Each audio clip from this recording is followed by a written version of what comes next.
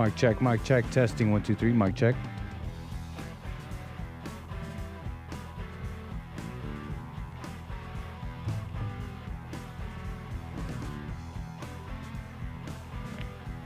Testing 1 2 3. Mic check. Mic check. Mic check.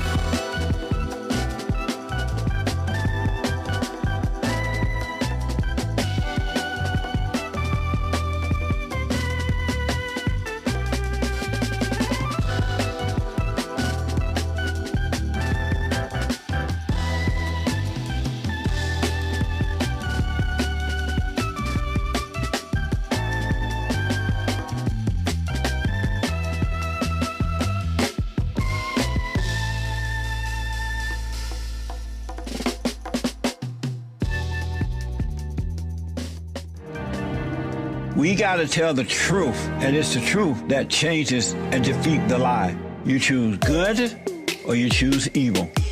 You choose good or you choose evil. It's up to you. You got to think for yourself. Think for yourself. And if you decide to go with evil, it's your fault. I want to show you what evil look like. They have nothing else to offer. I want to show you what evil look like from hell. Oh, they're from the gates of hell. These are children of the light. Children of the light. Godless. These are children of the light. Children of the light. They're liars. You choose good or you choose evil. You choose good or you choose evil. It's up to you. You got to think for yourself. Think for yourself. And if you decide to go with evil, it's your fault. I want to show you what evil look like. They have nothing else to offer.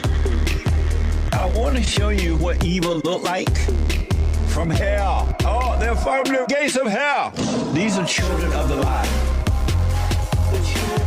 Children of the light. Godless.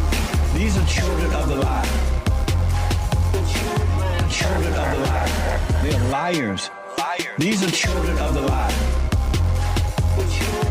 Children of the light. Godless. These are children of the light. Children of the light. They're liars.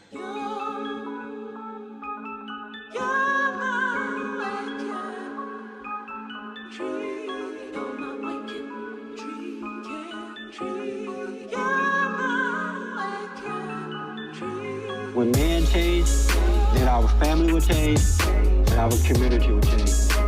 The power is in the man. When man changed, then our family would change, and our community would change. The power is in the man. When God created man in his image, he gave the power and authority to him. Because we've been raised by women, they know not what they do, keeping man away from God. And until man realized that he has that woman nature that has been imposed upon him by mama. He has that woman nature that has been imposed upon him by mama. He can repent. He can repent by forgiving. He can repent, and God will change his nature. When man changed, then our family will change, and our community will change. The power is in the man. When man changed, then our family will change, and our community will change. The power is in the man. When man changed, then our family will change, and our community will change. The power is in the man. When man changed, then our family will change, and our community will change. The power is in the man. Man. The power is in the man. The power is in the man. The power is in the man. God created man in his image. He gave the power and authority to him. Because we've been raised by women, they know not what they do, keeping man away from God. And until man realized that he has that woman nature that has been imposed upon him by mama. He has that woman nature that has been imposed upon him by mama. He can repent. He can repent by forgiving. He can repent, and God will change his nature. When man changed, then our family will change, and our community will change. The power is in the man. When man changed, then our family will change, and our community will change. The power is in the man. When man changed, then our family will change, and our community will change. The power is in the man. When man changed, then our family will change, and our community will change. The power is in the man. Man. The power is in the man. The power is in the man. The power is in the man.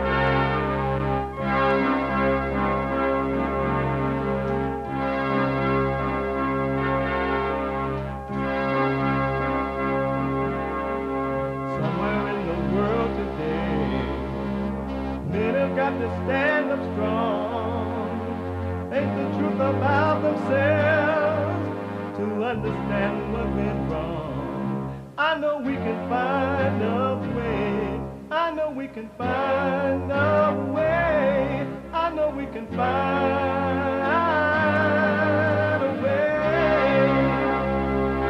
to stand up, stand up, stand up, and throughout the world today.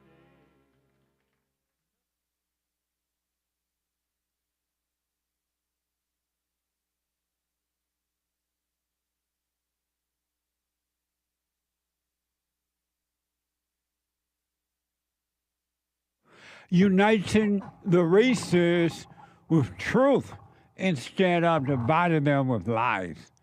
We're also rebuilding the family by rebuilding the man. I am Jesse Lee Peterson. Good morning. Hi, y'all. It's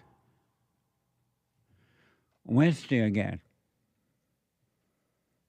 All over the world. Well, maybe Thursday somewhere. May not be Wednesday somewhere. It might be Thursday. But it's happening all over the world.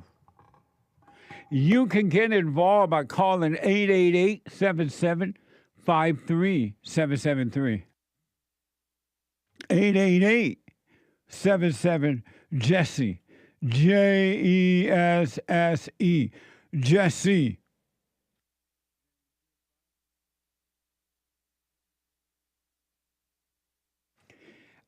We have every way that you can watch and support the show listed on jesseleepeterson.com/show. jesseleepeterson.com/show. And if you're out and about anywhere in the world,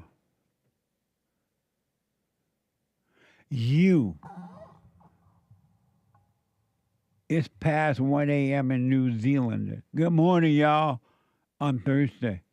It's past 1 a.m. That's amazing. They have already had Wednesday. What the? How was your Wednesday? If you're out and about, you can podcast the show because you may not have time to just sit and watch the show. And then you figure, well, I'll watch it when I come back home. Of course, you can do that. But you can be watching it anywhere in the world. Anywhere. In the whole wide world. On your iPhone or iPad. By going to the listen line on TalkStream Live at 605-615-4131. 605-615-4131. And to donate and have your comments read out loud, go to Buy Me a Coffee. buymeacoffee.com/JLP Talk. buymeacoffee.com/JLP Talk or Bond JLP Cash App. Bond JLP Cash App. And my biblical question for today, the biblical question for this week. What was the first temple, right, God made? What was the first temple God made? I'm trying to read a note a friend of mine just texted me as I'm going on the air, and I appreciate it. It says, this is from U.S. News, California Governor Gavin Newsom signed a legislation Monday to close a $2.8 billion budget gap. California provides free health care to more than a third of its 39 million people, including immigrants. What the? Grandpa, tell me about the good old days. Thank you for sending that to me. I wasn't aware of that. So much going on. in the world. So the biblical question is, what was the first temple God made? And to donate and have your comments read out loud, go to, I think I said this, but go to buymeacoffee.com/JLP Talk, buymeacoffee.com/JLP Talk, or Bond JLP Cash App. Bond JLP Cash App. And I gave you the biblical question. Coming up in the third hour is Manhood Hour. Manhood Hour. Well, are you working on your life? You as an individual. The one thing that, if you, men and women, is for anyone that wants it, anyone that wants this, all right, what you're going to realize, if you do work on yourself and you stay with it, you're going to discover things about you and about life that you just didn't know. You just didn't know. And you're going to say, I just didn't know. I just didn't know. It's interesting how, I'm going to use this word, but I don't know if this is the right word. How we were created to live a perfect life. We were created to live a perfect life, and that is abnormal to be emotional, to have fear, to have doubt, to have worries, to be insecure, to have suicidal thoughts, to want to be like someone else, to be jealous, envy, strife, miserable, to not know who we are, to look for love. Do you know it's abnormal to look for love from anyone or anything? Do you know that that is an abnormal state of being? But it seems so normal, huh? Do you know that it's abnormal to think that one day I'm going to get married, I'm going to have children, I'm going to have my own family, and I'll do better than my parents, or it's just normal? Do you know all that is abnormal thinking? God never meant for you to think that way. He never meant for you to live in a prison. That's why he sent his son to break you out of prison. He like Mr. Dillon. He came to break you out of prison because it's abnormal for human beings to live in a prison. But you're living in prison. Do you know it's abnormal to not know? And I'm going to use these words, and they are so true, but you don't know what they mean. I'm telling you that right now, in case the devil tries to tell you a meaning to it, because the devil will give you a meaning to everything I say. And if you're not paying attention to your mind, you're going to think it's your thoughts. They're your thoughts. I remember Sunday of last week, fellowship, I mentioned that the one sin that God does not forgive is to grieve the Holy Spirit, to deny the Spirit of God. And so many people say, oh, right, I thought of me, I'm scared now.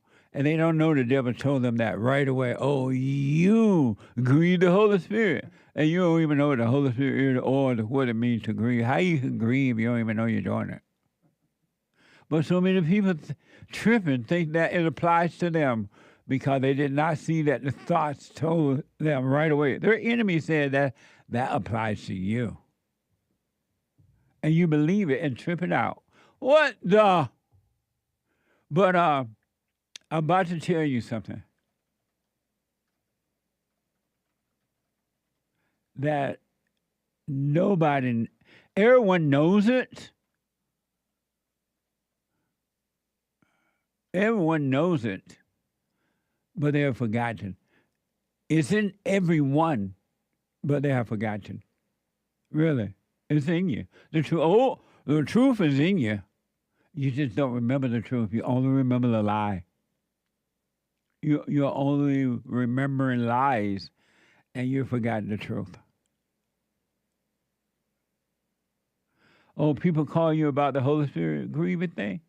Yeah, they did. And wa- about you saying that, and they were some of them were pretty worried. First of all, if you worry, that means that it's from the devil. Secondly, if he's telling you have done it, that's from the devil. What the? They called me privately. And what did you tell him? Well, I told them something like what you said, that I noticed how many people went right into fear, and so that doesn't make sense. So you're doing something that doesn't make sense, and also don't run to me over something Jesse said. Because then you'll start confusing yourself extra. Yeah, and no one counts that bar but me, right? So Right. you can't get counsel from anyone else too. That's amazing. But how come they don't see that they were? Well, I'm asking a question. I already know the answer. Why don't they see that there was a quick thought, and that thought got a quick reaction, and now they stuck? If they had not overreacted to that thought, they would have never been stuck on the net. Did you tell them? If they had never been stuck on what? They had not overreacted to that thought. Oh, when the Holy Spirit said, "Oh, you grieve." Mm-hmm. I mean, when Satan said, "You grieve the Holy Spirit." Yeah, I did tell them something like that about their mind. Told them that, and you went right into fear. Yeah, and so. Yeah. And they don't even know they're in fear. But this is what I do want you to know. But do not hold on to this in your head. But I do want you to be aware of it. Really.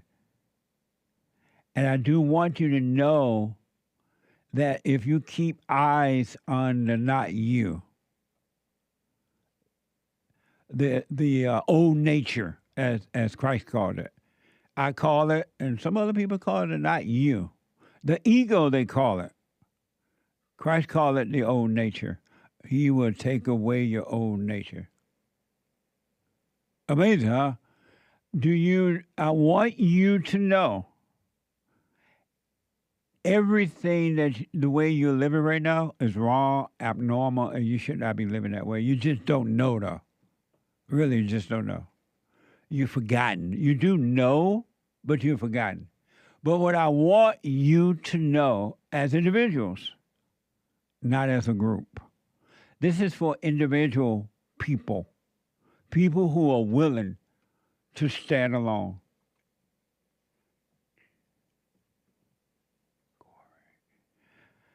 I want you to know that in you, not outside of you, but in you, men and women, men and women, men and women. Hear that, ladies? And not just for the men. Christ was sent for all who will accept the truth. All right? For men and women, I want you to know this is so amazing. This is like, get ready. Merry Christmas. Happy Easter. Happy White History Month. Whatever. Get ready for this one. In every human being, it is done. Your whole life has been completed, and all you have to do is live it. And I want you to know that inside of you, all power has been given unto you. You have all the power. You have all the control. You have everything you need already. You don't need to look for anything out there because you already have it. But you don't know that. You don't know that. You're out there looking for love, all at the nudie bar and everywhere. And wherever you are, you get on the internet and you do private club thing. What do you call that? when those women be having those private club thing on, I forgot what they call. and you have to be a member to watch her dance nude and all that. OnlyFans, something like that. Thank you, Derek. Remember? And Derek, like, hold on, I'll do that. No, Dad doesn't remember. He didn't just tell me that. But you have all you need to know. You have all the power. You have perfect love. You have everything you need. You really don't need for anything. And then opportunity come so that we can work together, because we got to work together for commerce and things like that, right? But what I want you to know, you already have the power. It's already in you. And the thing that keeping you from living that powerful life and being in your own world and then yet functioning in this world, you believe lies. You won't drop your anger, and you believe thought. Change your thoughts. You can change your world. Really. Change your thoughts, and you can change your world. Live a single-minded life. How dare you to live a single-minded life? It's going to blow your mind. You're living a double-minded life. And a double-minded person is unstable in all of his or her ways. You want to live a single-minded life.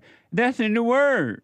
And I just recently understood what that meant, because I've been known that it was in the Bible. I didn't know what that meant. Well, the preacher said, well, it means you can't serve God and Satan, and I understood that, but I didn't know how you get to that. The people who are afraid that when I said, who we read in the Bible, that anyone that grieved the Holy Spirit will not be forgiven, you're living a double-minded life, and you're freaking out. If you were living a single-minded life and you heard that, it wouldn't bother you at all. It wouldn't touch you. Would not have touched you.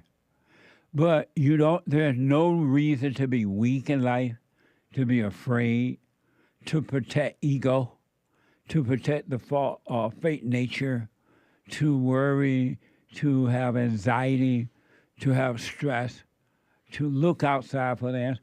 You don't need to live that way. Everything you're looking for. And what we do when we get together in fellowship, we testify one to another about this real life, the true way, the right path to life. That's what a good, true fellowship is all about. It ain't about having somebody read the Bible to you, you praise the Lord, and then you go home. That doesn't work. But I want you to know, if you want to change your life, you got to change your thought. Not change your mind, but change your thought. A change of mind is just a change of mind. A change of thought is a change of thought. You got to, listen, I'm black and I'm slow, right? So it's not like, hate is smarter than I am because he's white. He went to college. He was a homegrown Christian. He had a dad and a mama at home. He is white, and he's smarter than I am. I'm black and slow, and what I'm telling you is what has been revealed to me.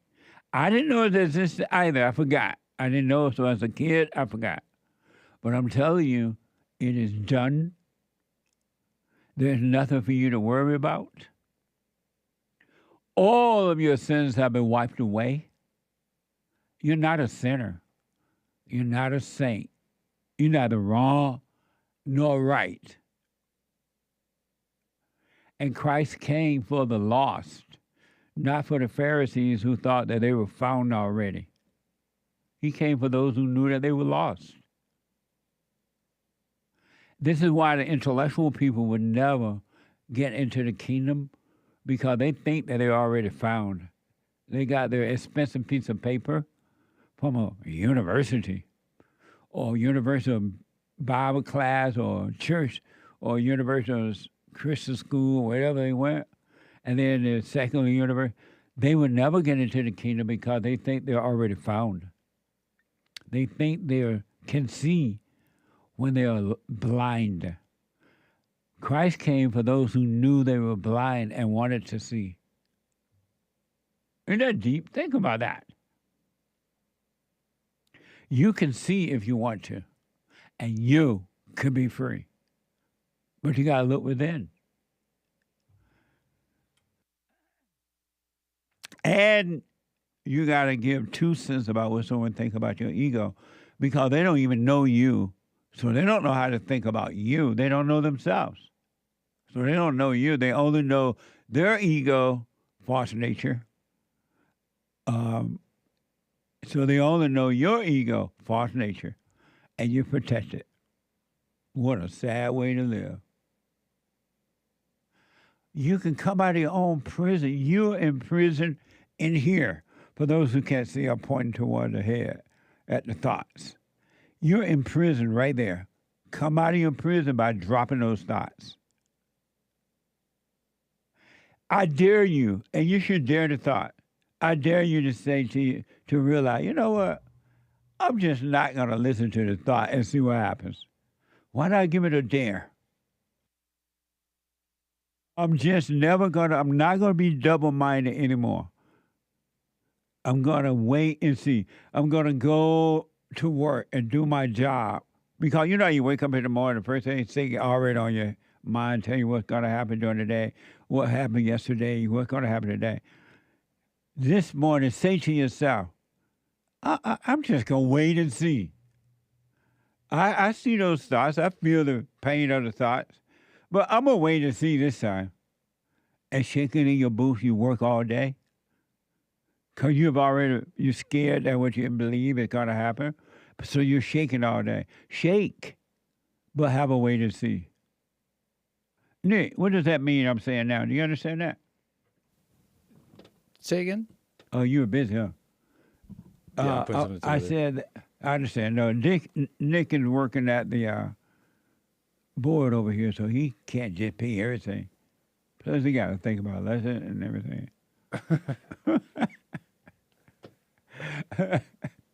I said that, why not just do a dare?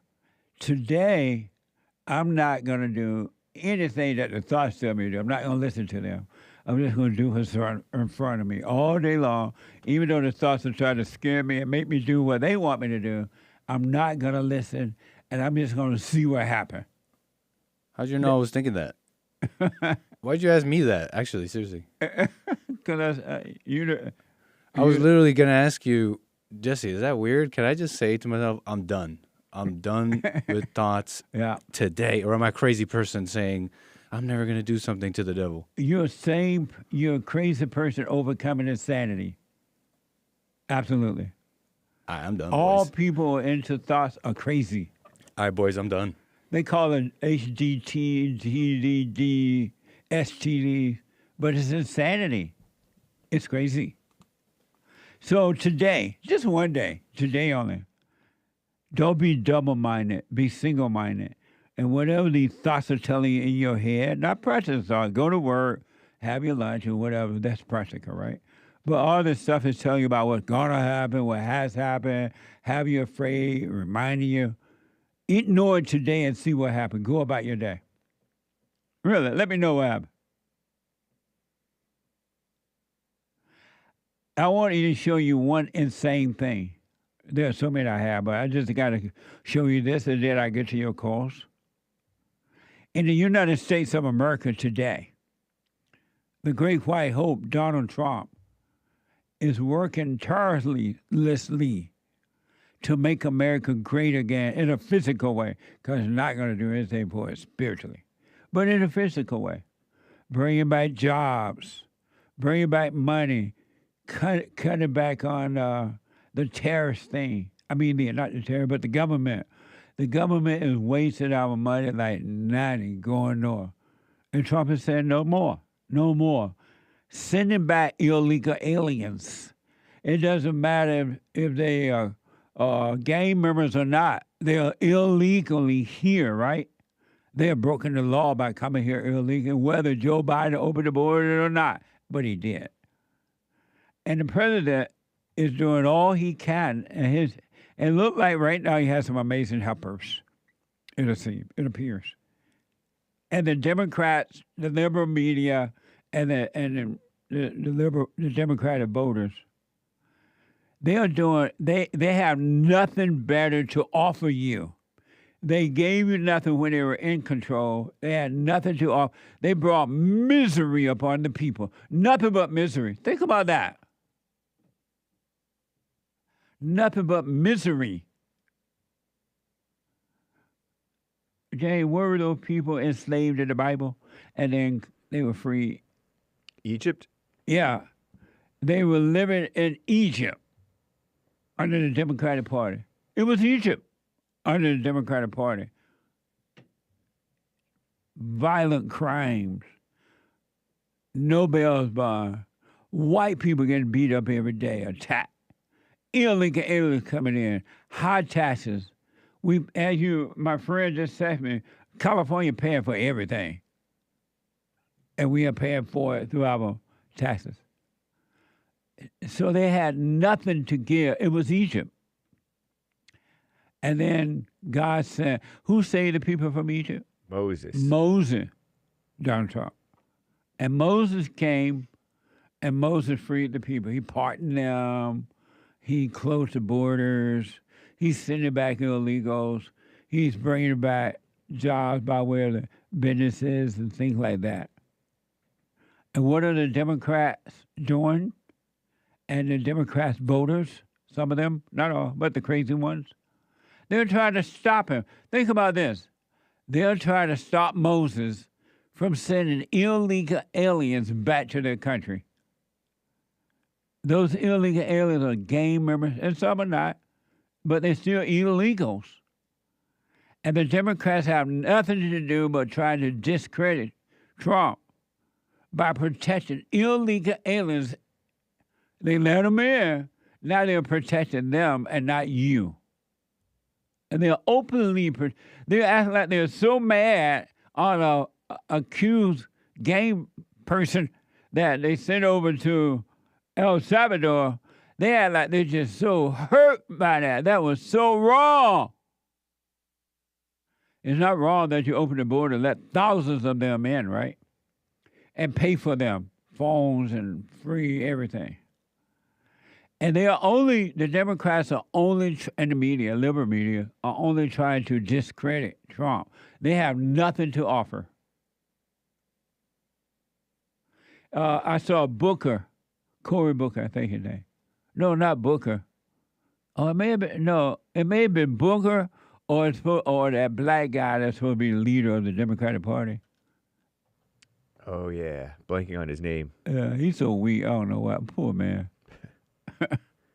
But they asked, do you have any proof? Something like, do you have any proof that Trump did something wrong like that? He had no proof. He had to deviate and talk about something else. Think about this, folks. The Democrats only are trying to discredit Trump as though they have something else better to offer you. And they gave you nothing but Egypt. You were enslaved in Egypt for 4 years straight up. And on Obama, 8 years. ABC 7 News. Salvadoran President Nayib Bukele's word at the White House on Monday sent shockwaves as he said he won't be releasing mistakenly deported Maryland man Killamar and describe him as a terrorist. When I come back, we'll play that and then your phone calls. All right? I'll be back in a moment.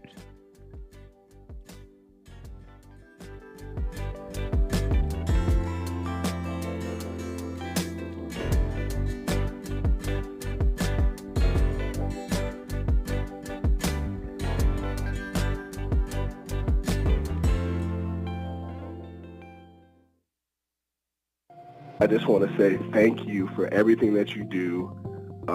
You've absolutely changed my life for the positive, and I just want to thank you. I was 29-year-old beta, living at home with my mom, and just was living in fear and doubt, and I couldn't hold down a job. And then I found you, and I started listening. I started just being more at peace, and I forgave my mom, and I forgave my father. And it's like right after that, everything just changed in my life, and I was able to get a good job, and I moved out, and I live on my own now, and everything has just changed. And I just want to say thank you, and I appreciate you for spreading that message. It really is a positive message.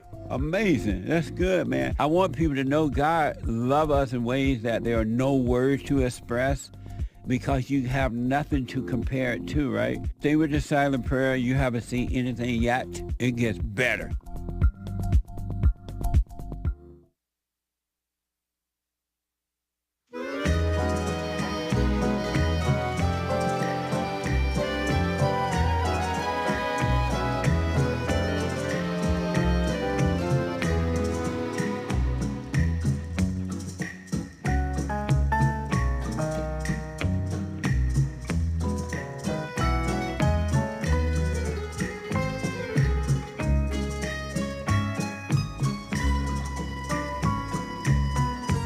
Okay, folks, welcome back. Support us on social media. Y'all know what to do. We're on Rumble.com/Jesse Lee Peterson. Jesse Lee Peterson on Instagram. Cozy.tv/JLP and JLP Talk on X. Follow, like, subscribe, and comment. And so don't forget to support us. Go to rebuildingtheman.com/donate. rebuildingtheman.com/donate, or 800-411-BOND, 800-411-2663. We have a brand new episode of The Fallen State, thefallenstate.tv this Friday. If the Lord is willing and the creek don't rise. Brand new episode. I talked to Nelson Schumann, and Nelson is a soul. He is a soul. He is a soul wounded and demonic spirit expert, author, and the president founder of Restored to Freedom Ministry. Watch this. Next time on The Fallen State. What drives me every day is I want to bring as many people as possible to heaven. I didn't even know that I heard demonic spirits until the Lord spoke to me after I was delivered. I have seen many women that have prayed for people and seen healings and deliverances. You've never seen that. She doesn't have the authority. She doesn't have the power. The world is just weak. They're afraid of women. Why is that? Because there's a lot of men that are misogynistic. Does she obey you? Next question. It was fun talking to him. It really was. I enjoyed Nelson. This Friday at 11 a.m. Pacific time. And you can become a member of the FallenState.tv right there. All right, on locals and or FallenState.tv. Blah, blah, blah, blah, blah. I want to play this video to show you that this is hell on earth. Human beings are evil. And the only way that you're going to overcome evil, men and women, believe me, men are as evil as women. And the way you're going to overcome it is you got to admit, confess. That's what it means to confess. I am evil. Look at how I think, what I do. I'm evil. How did this happen? And you're going to realize that there's spirits inside of you. Then you will start to overcome, because it's not you. It's that old nature. It's that spirit that's inside of you.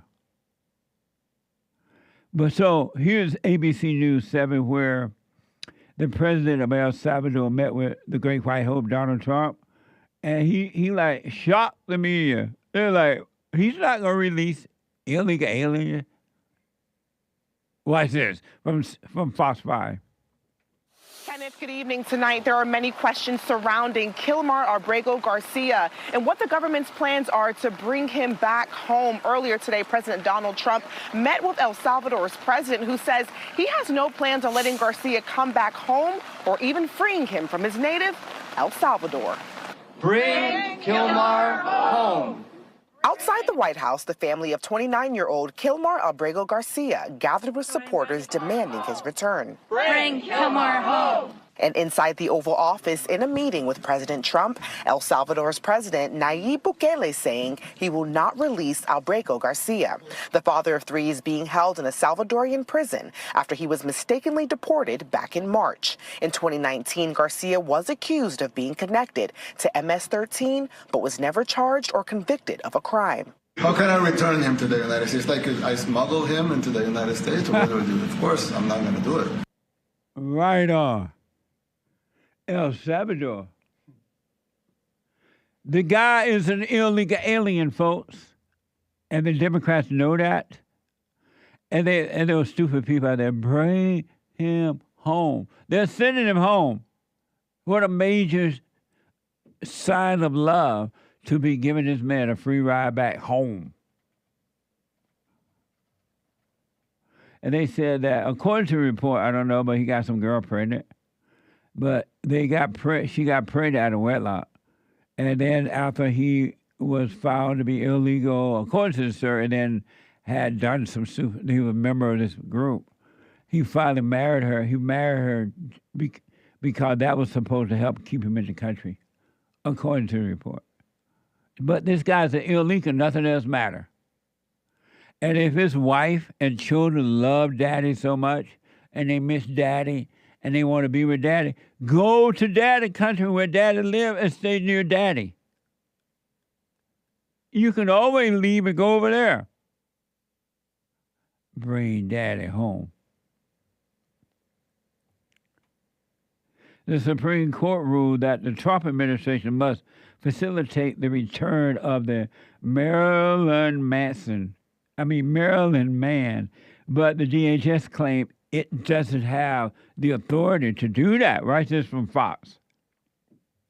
The U.S. Supreme Court unanimously ruled that the Trump administration must facilitate the return of Garcia. It's really astonishing that the Trump administration is thumbing its nose at the Supreme Court. Congressman Glenn Ivey represents Maryland's 4th District, which includes Prince George's County, where Garcia lives with his family. Bukele, the president of El Salvador, saying, he can't bring him back or he's not going to bring him. That's nonsense. If the president of the United States told him to release this man and send him back, he'd be back here before, the next day. A Maryland district judge is demanding daily updates from the DOJ on Garcia and what the government is doing to bring him back. In the latest status update, Homeland Security says, quote, DHS does not have authority to forcibly extract an alien from the domestic custody of a foreign sovereign nation. That's up to El Salvador. If they want to return him, that's not up to us. Enough of the excuses. Put up or shut up. U.S. Senator Chris Van Hollen has requested a meeting with President Bukele. If we can't meet here, I do intend to go to El Salvador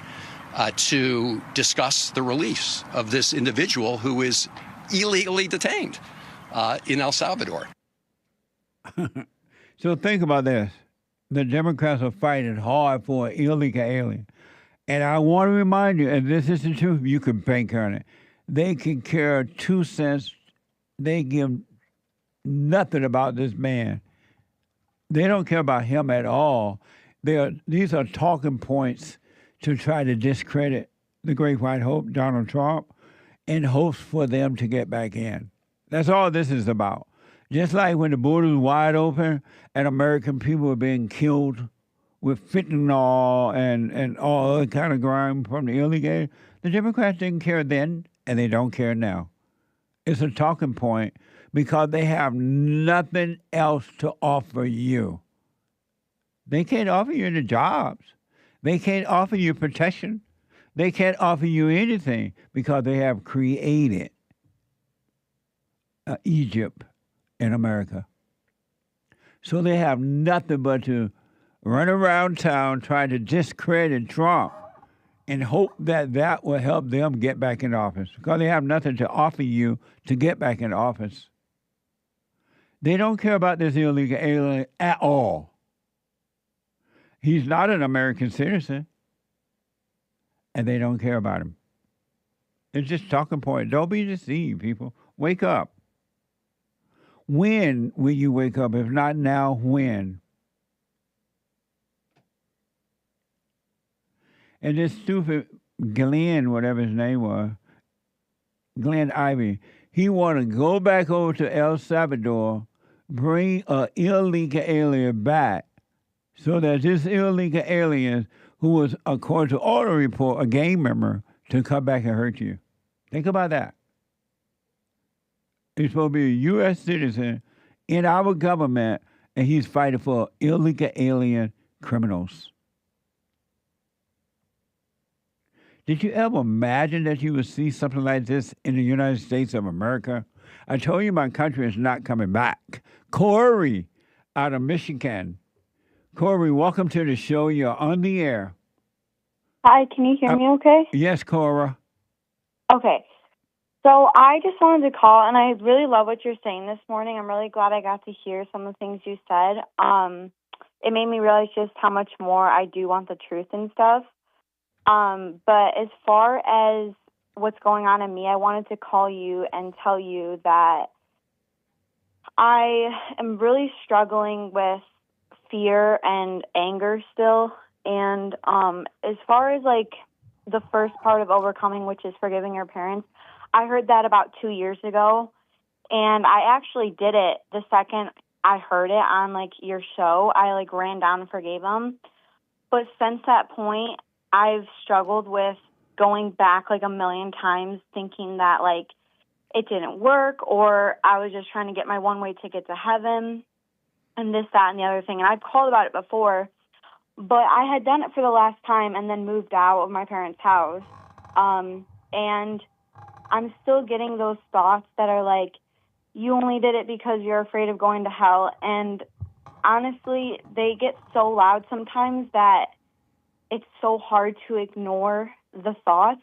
And honestly, if I'm being truthful with myself, maybe I did like only go because of that, but it doesn't mean that I don't like, I do see that they can't help themselves, and I do see that I can't help myself. But I do think me going to them was, there's no way that I couldn't have gone out of fear, because the fear's still with me. And it was with me when I went because I was, you know, I don't want to go to hell. And I already do know that hell is within me. There's no place to go. It's already here. But still, even then, even if I go now, again, it's still because of this fear that is driving me. And like, I cannot make it go away if I wanted it to.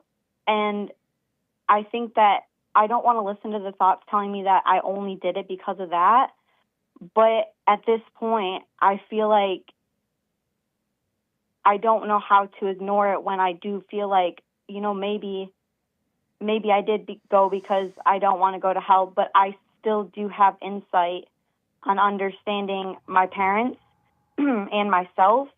So I just need some help. Like, I want to forgive genuinely, but I don't know how to go about it when fear is just driving me to. And your question for me is what?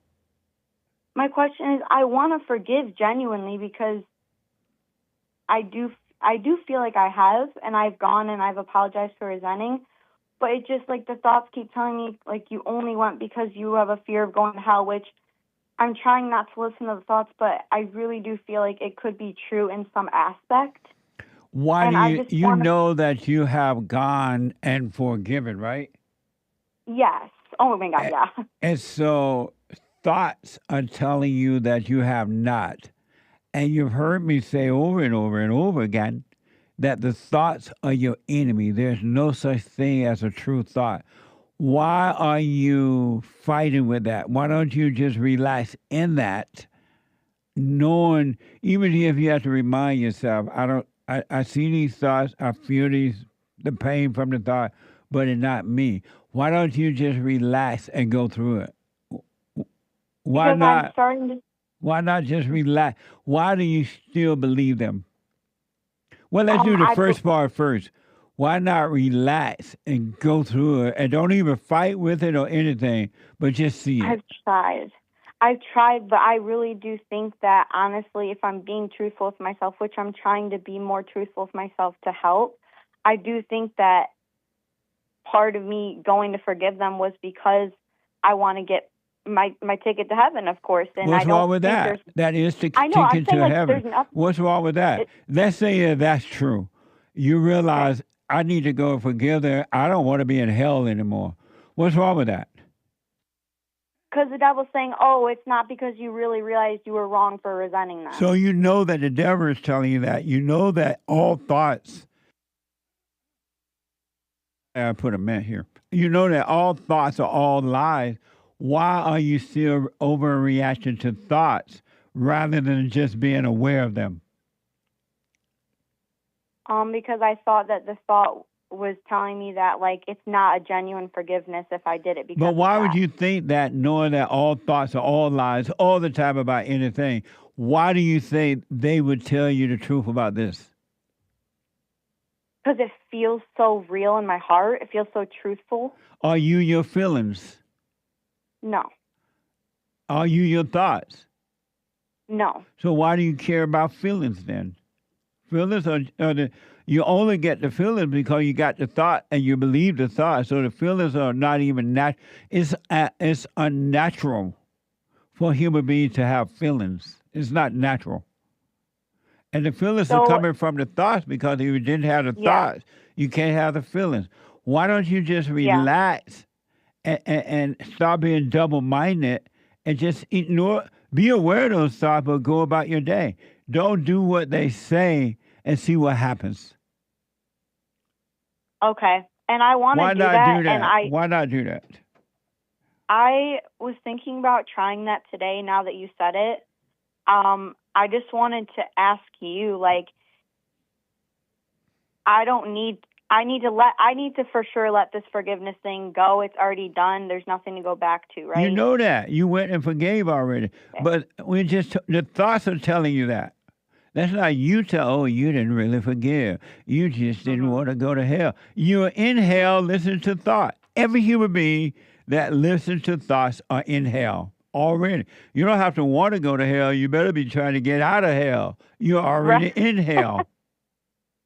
I know. And do you think they're telling me that because it's keeping me in hell? What do you think? Yes. So that's your answer. So then I do got to ask, and the whole reason I decided to call is because I was listening on my walk to you had like a fellowship a long time ago, and you said about anger that like you're either over it or you're not overcoming it. And of course I still have episodes. I still feel anger. I still have fear, of course, but I'm telling you. How, if I've forgiven and I'm doing the silent prayer and I'm doing the things, why? And I even said, like, I even pray to God sometimes out loud and say, God, I just want to drop this. Like, I really do. You want to drop it? Yeah, go ahead. I do. I've said I want to drop it. I've admitted I'm evil out loud. I definitely see that I'm evil at times. I'm very aware of myself all the time. I just don't understand why the nature of Satan is still inside me if I'm doing the things and I'm doing the stuff. Because you still believe it and overreacting. Satan lives off overreactions. He makes you overreact because when you overreact, it feels like life. You're giving evil life. But if you don't overreact at all, you're destroying evil. You're still believing it and overreacting, and that's why stop overreacting. You'll be fine. Okay, so the only reason I still feel the anger and the fear is because I'm believing, like, my thoughts and stuff? 100%.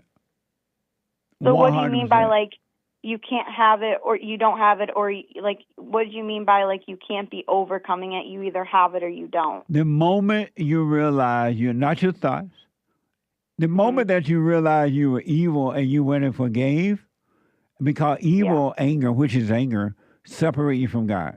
And the moment you realize, you know what, I am evil. Look how I treat myself and other people. I'm not kind to people. I'm revengeful, jealous, and all that. And I saw that I was angry towards my mom, too. Yeah. Which I definitely, and I wasn't really that bad at my dad. I mean, you know, he did some weird things growing up, but, you know, I don't think I've ever resented him as much as I hated my mom, but I still forgave him, too. But I definitely saw that I, like, literally hated her guts, and obviously I don't want to hate like so that. So the very moment that you confessed that, you saw it, you were over it, you were free. But because you didn't know that, you still believed it, it kept you in hell. So that's why I still feel it to this day, is because I still believe thoughts and stuff. 100%. So the moment I stop believing thoughts is the moment I'll see that I'm really free. 100%. Okay, so at this point, I literally just need to continue to watch my feelings and my thoughts and just continue to deny them, even if they feel really real and stuff. 100%. Okay, so I'm on the right track. I'm not, like, out in space. 100%. You're on the right track. Okay, and I did ask this. What? I did ask this before. I don't understand why, like yesterday, like certain noises, like I feel like it could be the devil making me think that it's the noise outside in the room, but it's really him inside me. But certain weird noises and sounds, or like the TV playing too loud, like things like that, just like that's like the most times I feel anger. I don't know why. It's so weird. And like I'll sit there and I'll sit with it. Because it doesn't want to leave you.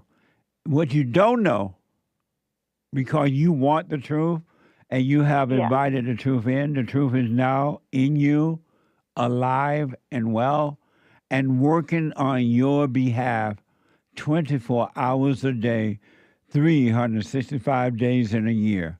The truth is working for you now. You just don't know it because you forgot the truth. And you will come to remember, but it's working for you. And all of this stuff you're feeling on the inside, all this stuff you're thinking, is because the truth is working and the darkness see that the light and it hates the light. And it is overreacting inside of your body because it doesn't want to depart from your body, but you think it's happening to you and it's not. It's happening to those, it's happening to those spirits in you, but you're calling it you. And I know that. So stop calling it you. And I do, and I swear I say that, but how do I see 110% this? Because there's moments and times where I'm like, no way in heck that's me. Like, I know for sure, but there's other times where I'm like it just slips and I can't all the way see it's not me, and those are the times that I start believing into it, of course. Well, it's only because you drift back into your imagination. When that happens, no big deal. Just become aware of your body again. It's no big deal. The truth, the one thing you don't know about the truth, and you will come to know if you stay with it, the truth is working for you. And now that you have allowed it to take over again, it is never going to stop working for you. It's going to work for you. It's working whether you know it or not. You don't know it, but the spirit of darkness know it, and it doesn't like it because it's going to eventually have to depart from your body, and you will have a clear mind. Maybe that's why the devil literally keeps telling me that God's not really in me. You're just so afraid of going to hell that you're like, he just won't stop with the hell thing. And because I'm like, he doesn't want to leave you. He doesn't want to depart from your soul. He wants your soul. He's been living in you for so long. He doesn't want you to believe the truth. He wants you to believe the lie. So he keeps reminding you of the lie. Yeah. Okay. So the best thing I can do for myself right now is to just, like you said, like seriously, if I want it bad enough, to doubt all the thoughts. 100%. Don't listen to the feelings, no matter what they come from. 100%. I gotta take a break. Call me again. Back in a moment. Hate news, not the fake news. Good. Every bag is roasted to order. Freshest flavor. Top quality. Specialty grade beans. Good. Every dime goes back to Bar, my nonprofit. And we are rebuilding the family by rebuilding the man. So when you're drinking coffee and enjoying it, just know you're helping somebody. Amazing coffee. Punchy has his own coffee now. What the? And it's so good. All the way from the plantation to my own coffee. Who would have thought?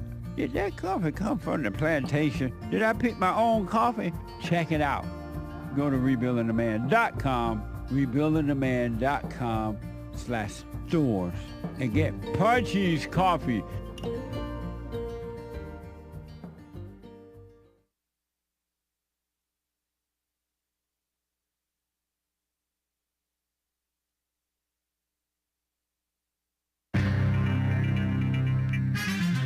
A whole lot of mess and propaganda and melodrama going on in the world, and I'm here to bring it to you. This is the end of hour 1 of the Jesse Lee Peterson Show. It is Wednesday, April 16th, AD 2025. The lines are full, guys. JLP will be right back to your calls. You can call in every so often, okay?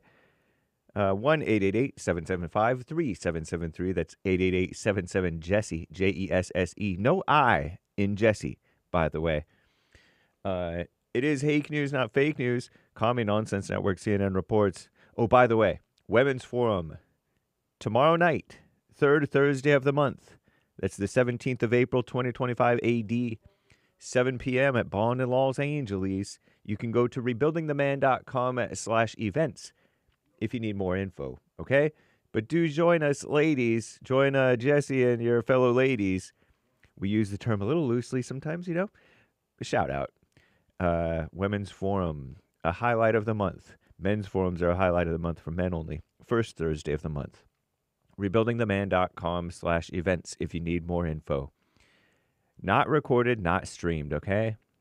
4 so-called Russian so-called journalists sentenced in a Moscow court on Tuesday to more than 5 years in a penal colony,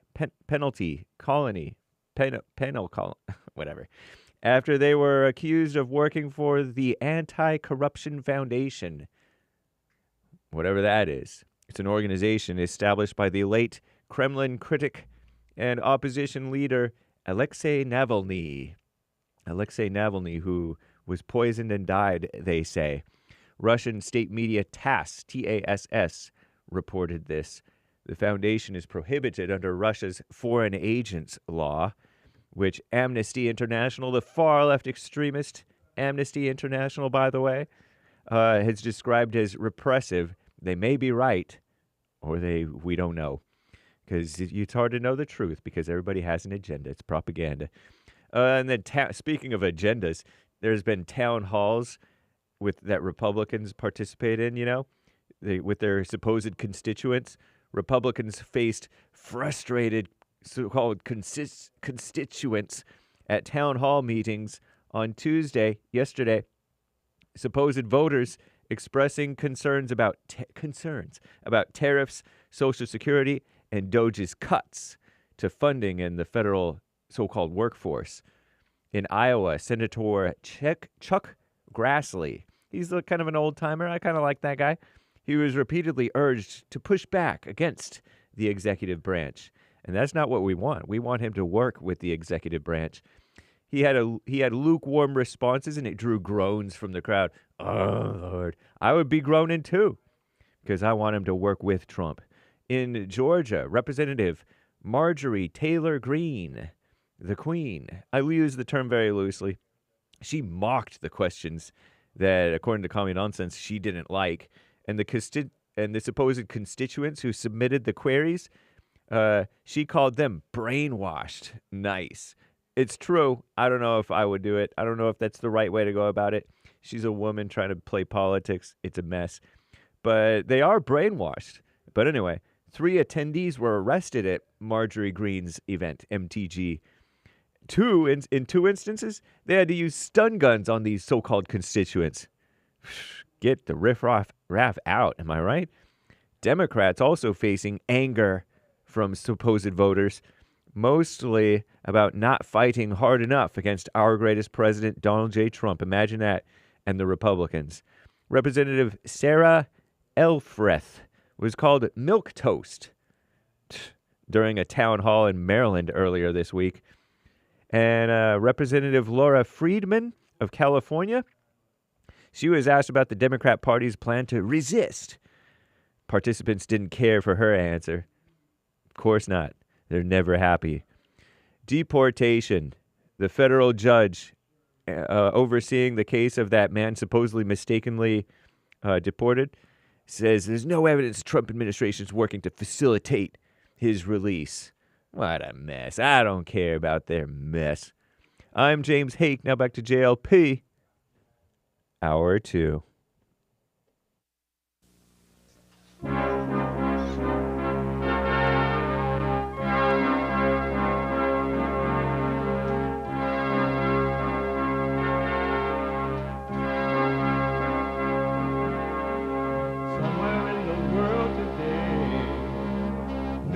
have to stand up strong, face the truth about themselves, to understand what went wrong. I know we can find a way. I know we can find a way. I know we can find a way to stand up, stand up, stand up.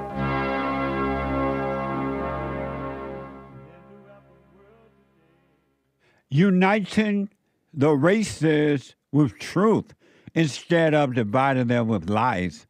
We're also rebuilding the family by rebuilding the man. I am Jesse Lee Peterson. Welcome to the second hour of the show today. You can get involved by calling 888-7753-773. 888-77-JESSE. And my biblical question, what was the first temple God made?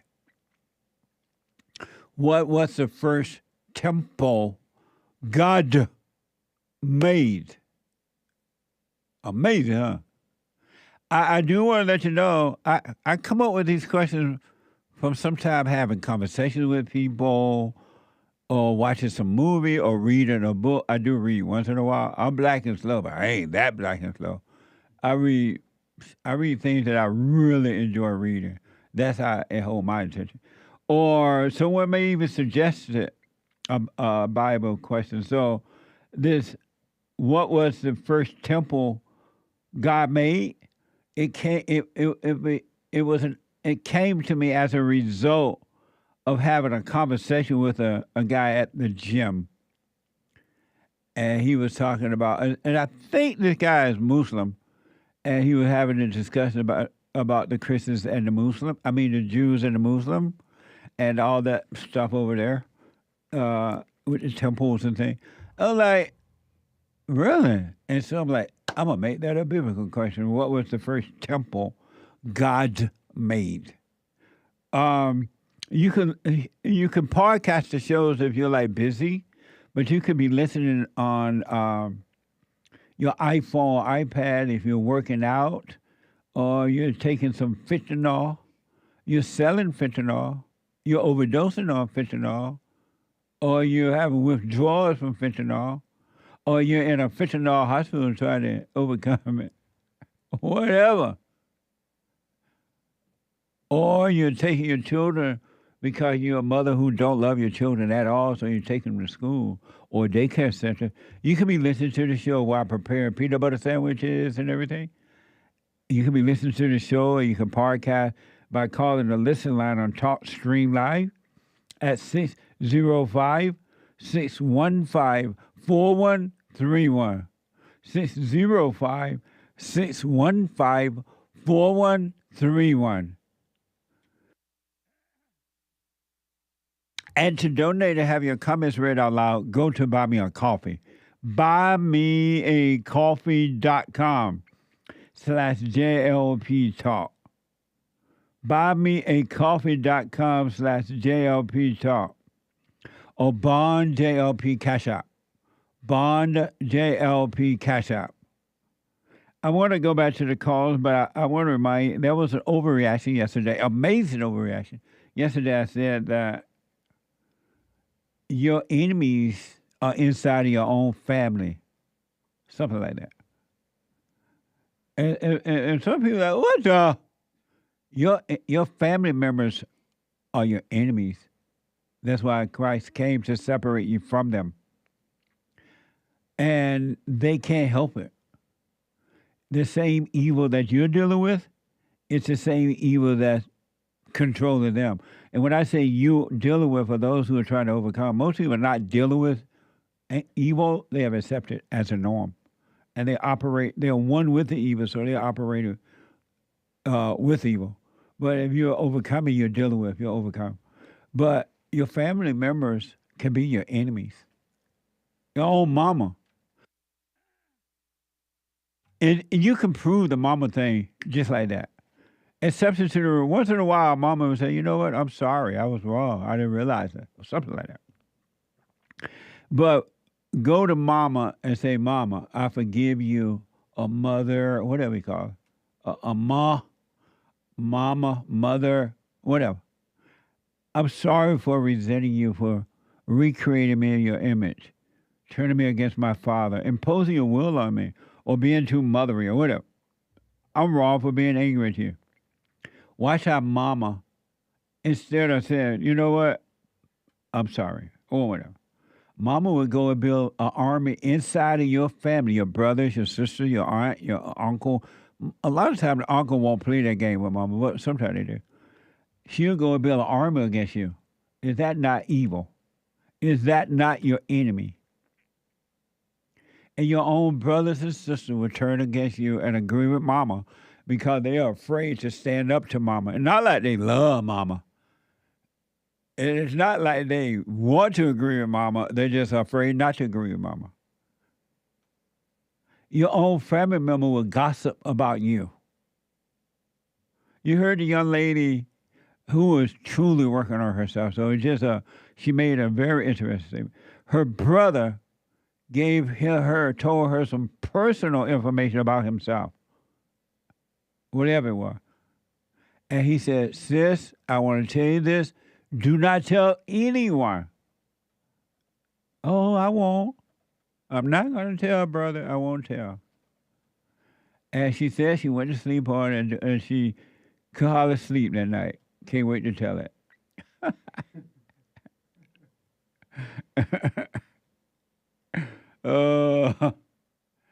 And she first thing she did the next morning, called her other sister, a sister, and told her, and all hell broke loose. So that sister ran with it, like a marathon, like she was running down the track, and she was next to that black woman with the baton, and and that black woman hit her over the head. She hit the people over the head with that news. She was the enemy of the sister who told her and the brother. And the sister who told the other sister is the enemy, except that she's working on herself. What was really interesting and nice and refreshing about the young lady that told this, admit that, and she now understands, other people felt more about it than she did. She seemed to have understood that, oh my God. She got a lesson from everybody else. Not everybody. A lot of other people seem to not dealt with it. But Christ came, sent by God, not to unite the family, but to divide them. Fathers from sons, mothers from daughters, brothers from sisters, fake friends from fake friends. He's looking out for you, and you want to hold on to the family no matter how much trouble they bring upon you. Think about that. What a sad way to live. Robin from Virginia. Robin, you're on the air. Thanks for calling. Hey, Jesse. Thanks for taking my call. You're welcome. Shout out to everybody. Love you guys. Shout out. The first time I called you, which was months ago, I had a situation with my daughter and my grandkids, and I was crying in the courthouse, and they told me I was unstable, and you said you are. And, I was very emotional at the time. I was having trouble with emotions, and that's why I called you. And I just want to thank God that I found you before I did this. If you want to know about yourself, let me tell you what you do. I had to get my medical records of 20 years from the same doctor due to a back issue that I'm having to deal with now. And they come the other day, and yesterday I spent most of my day reading about myself. Oh, my gosh. It was so embarrassing. Like you would not believe. Every time I came in there, the notes that my doctor wrote about me, how emotional I was, how unstable I was, how I was crying and hysterical, and I was worried that this back condition was going to turn into what my mother had. I was headed for for not being able to work ever again and death. I was only 46 at the time.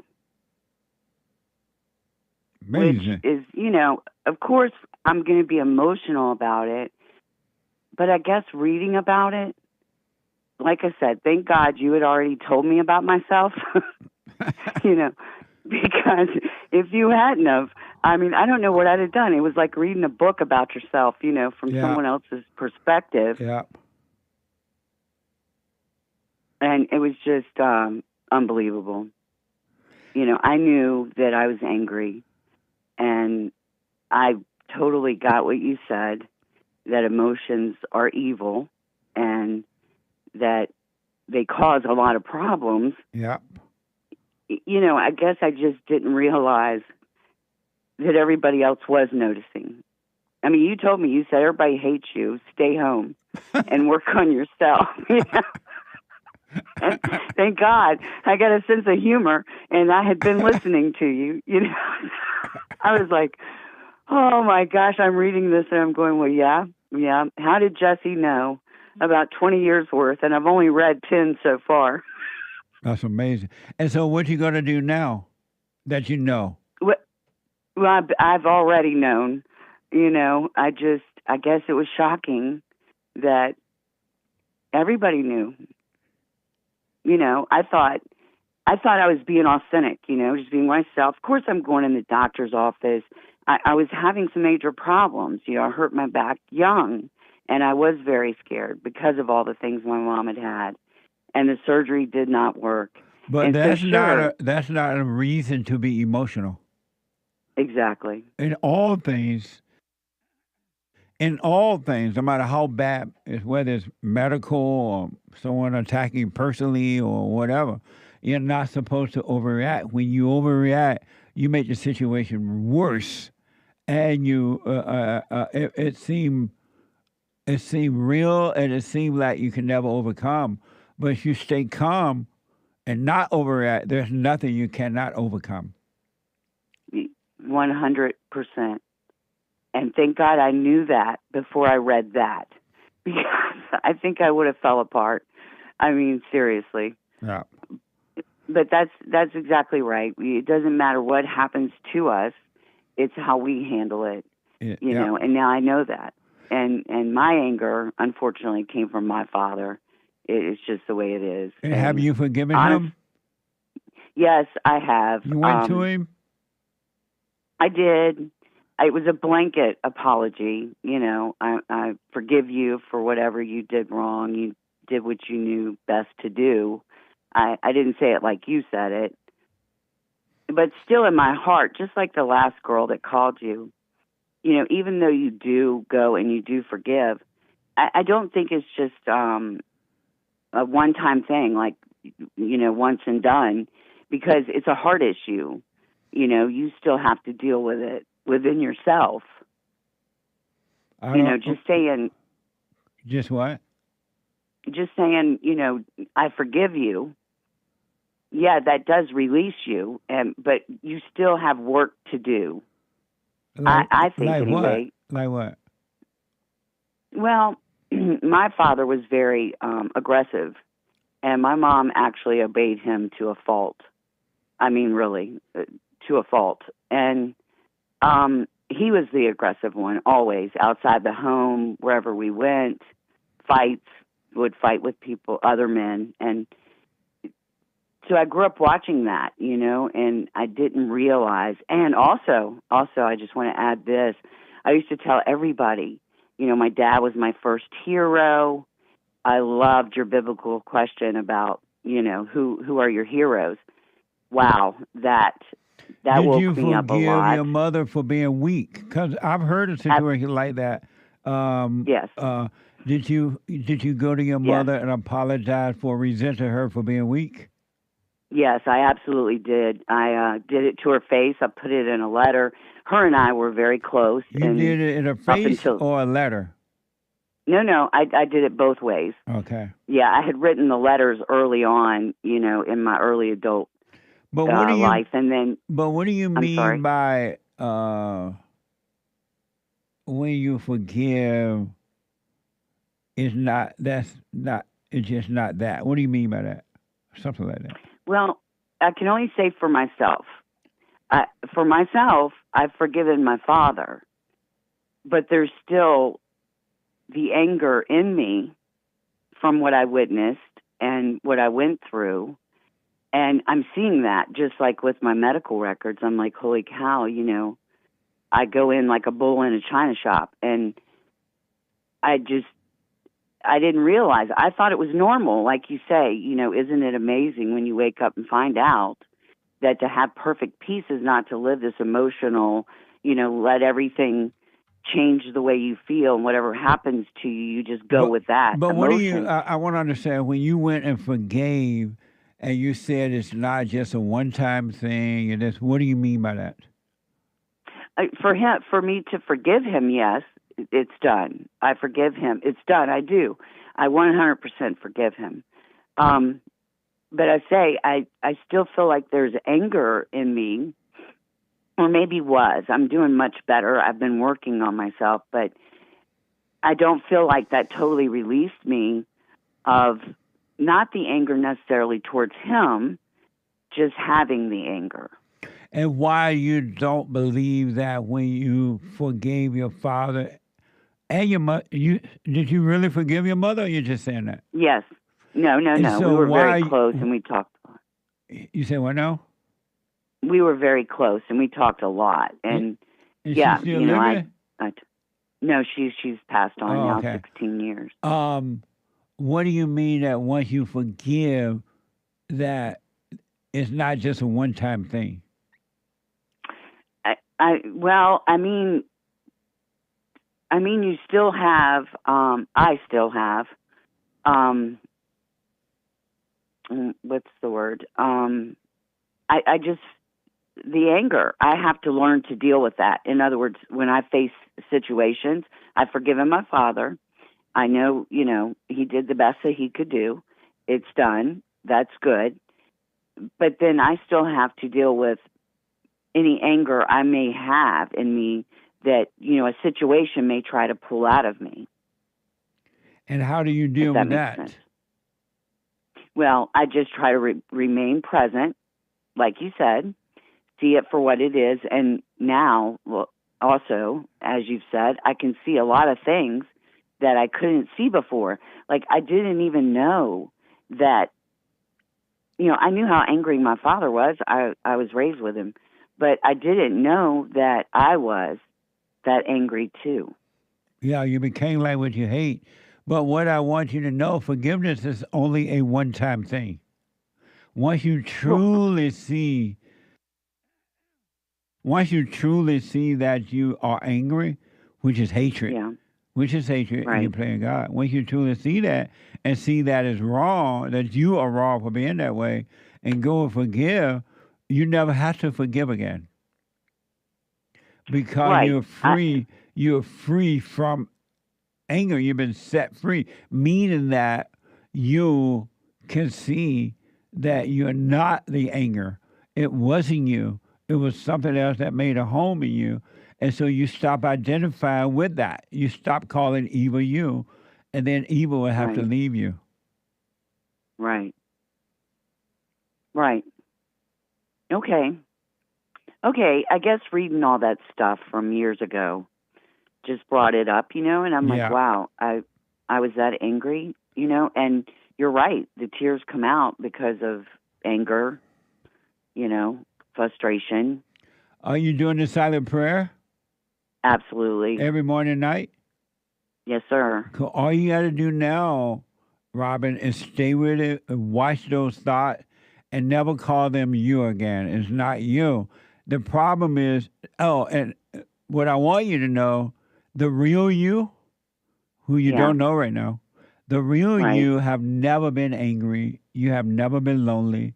You have never been anything. The real you is and has always been free. You just don't know it because you don't know who that is. Exactly. And exactly. Reading that stuff was like, who is this person that I'm reading about?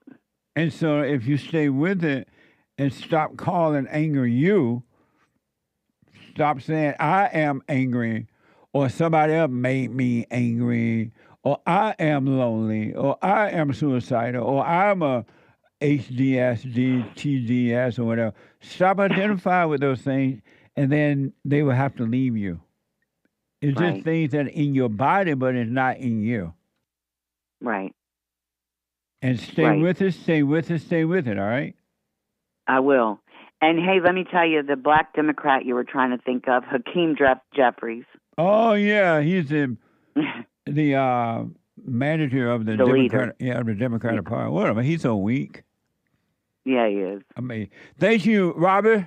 Thank you, Jesse. It's good to hear God from bless. you. Stay with it, stay with it, Thank stay you. with it, all right? Thank you. All right. Have a great day. You too. Amazing.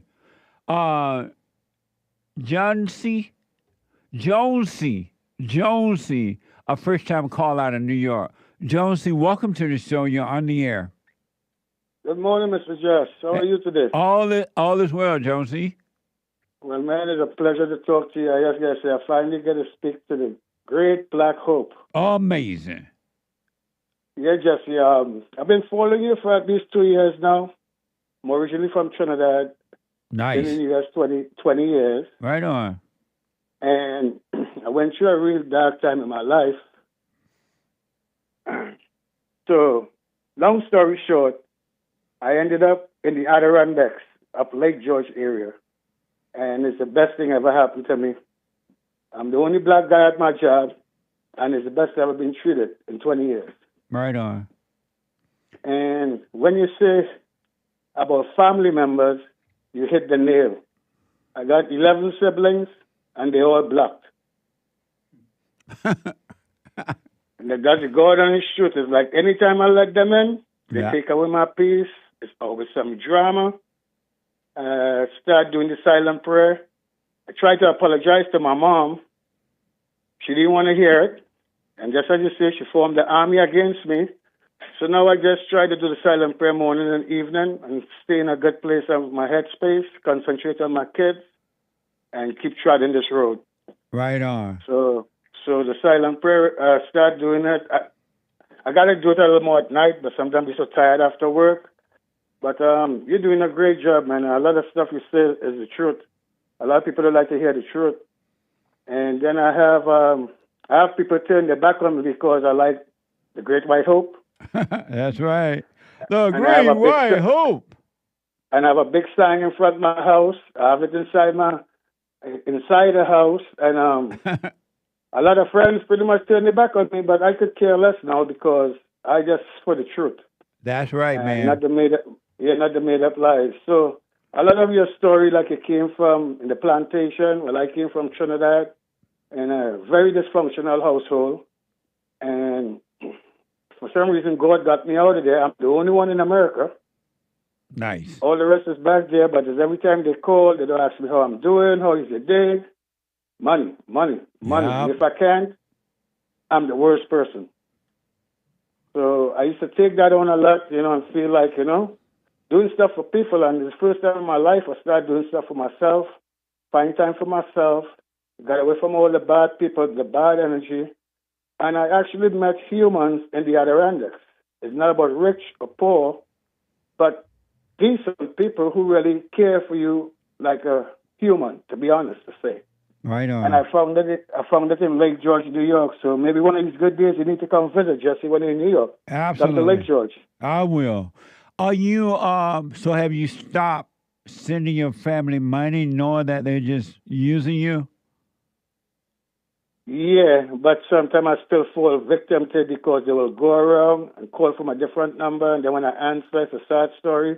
But once they get the money, I don't ever hear from them again, and it start taking a toll on me because I got kids here to take care of and put first also. But seeing that I'm the only one in America, it's like I had that load on my shoulder I got to do for my family, and I've been doing it for so much years, be it taking risks in the street. Jonesy, stop doing that. Stop it. Don't send them another dime.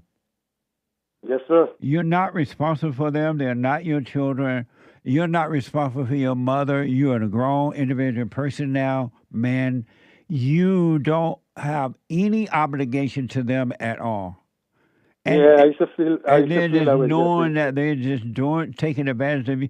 They don't love you. They're using you like a bank. The way that Ukrainian president used to do, come to America and we were his bank. They don't care about you. Why don't you just say, hey, don't call me anymore. I have nothing to give you. Well, I changed my number, and then sometime a few months might pass, so I just try to tap back in to make sure everybody's okay. And it's the worst thing I could ever do because the call's going to start coming back. So why And you it's keep never- going back to the devil? Stop communicating with evil people. Stop it. And I got something to say that you say the so true, Jesse. I end up asking my mom, because out of all of her kids, with my dad, I'm the only one who had like a 6-year gap. So I asked her one time, did you ever had another boyfriend or anything? Because it's kind of weird. We all like a year apart, and I got a 6-year gap. Yeah. So she got mad, and I ended up getting onto her sister. And then she told me her and my so-called dad was broken up, and she had a boyfriend. So when I was going through a rough time in America, this guy just popped up from nowhere at my lowest, give me a house. Now the guy's in my life fully, and I still don't know who's the guy. What? So I'm trying. Yes, exactly. So now I'm trying to figure out now, because it took a toll on me, so the anger took over. And listening to you and learning to forgive and stuff like that, I choose to ask no more questions because I think it's clear as day that the guy who's supposed to be my dad is not my dad. It's a whole Jerry Springer episode. Jonesy, George is not your daddy. and last but not least, I never seen no black person where I live at now. I live in the mountainside amongst like people who does skiing and stuff. Right. Just is the happiest I've been. I had to get away from the urban area. No disrespect to my black people, but no, I it's the happiest I've been in my life. Yeah, absolutely. And so, but Jonesy, stop giving your folks money. Yes, sir. And stop, and don't be feeling anything because it's the thoughts and the feeling that is controlling you to make you do something that you don't want to do. And it's all ego. That's not love. That's ego. You're being controlled. Yeah, and I've been doing it forever. Sometimes when I get my paycheck, I always try to put away at least the little I have to decide to at least send something. Because now I got like 30-something nieces and nephews, and they pick up the same trade. Oh, amazing. So, yeah, but it's a whole hive. It's your fault that you're letting this happen because you are your world and you can stop it right now. You just got to take care of your own world and stop doing it. Yeah, and then I got a joke for you because I got married in 2008, and I did marry to my mama. Absolutely. So, yep, and it didn't work out, and now I'm watching my son, my last boy. It's like looking at him, I'm seeing myself in him, and don't care what I tell his mother. We're going to have to change this because I was that kid. Yeah. Oh, I can't even talk to my son. I got screamed at, so I just leave it alone, and now he's driving her to hell and back. Yeah. Nice. And my daughter can't stand her either, so I'm trying to teach my daughter different stuff, how to go about stuff, because I'm starting to learn to understand listening to you, to let stuff go and don't carry the anger no more, because, I grew up in a place where I always had to be angry and act like I'm hard. I can't say I love you. I can't let emotions out, because I came from like a gladiator school, and I realized it was bad teaching, and now I'm going to be 49 in another week, and my life I turned around coming to the Adirondacks in 4 years. I'm a whole new person now, and it's all the people from the past trying to get back into my circle, and I'm don't let them in. Nope, I'm not. Right. And I got to run, but listen, stay with it, stay with it, stay with it, and give your family the finger. They're not your family. Yes, sir. Good message from the Black Hope. Mr. Jesse. Thank you. Have a blessed day, sir. You too, buddy. Thanks for your call. Okay, bye. Bye. Amazing, huh? It's a spiritual battle, folks. We wrestle not against flesh and blood. Back in a moment.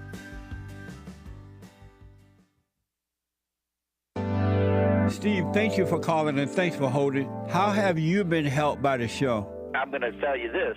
I believe you might go down in history as one of the greatest, if not the greatest, black man that ever lived on planet Earth, as far as I'm concerned. I don't know anybody before you that's been that great. You know, freeing the slaves is one thing, but you've been freeing people of their mind, which matters, it should be anyhow, to you more than anything else, because with the mind not being right, there ain't nothing else going to happen right anyway. If you can doubt every thought because you're not your thoughts, if you can doubt every thought, knowing that you're not your thoughts, you don't create them, they're not from God, that they're from the deceiver, the great deceiver, Satan. If you can doubt every thought, you can be free, just like that. At an instant. Bring every thought into captivity. It's so amazing.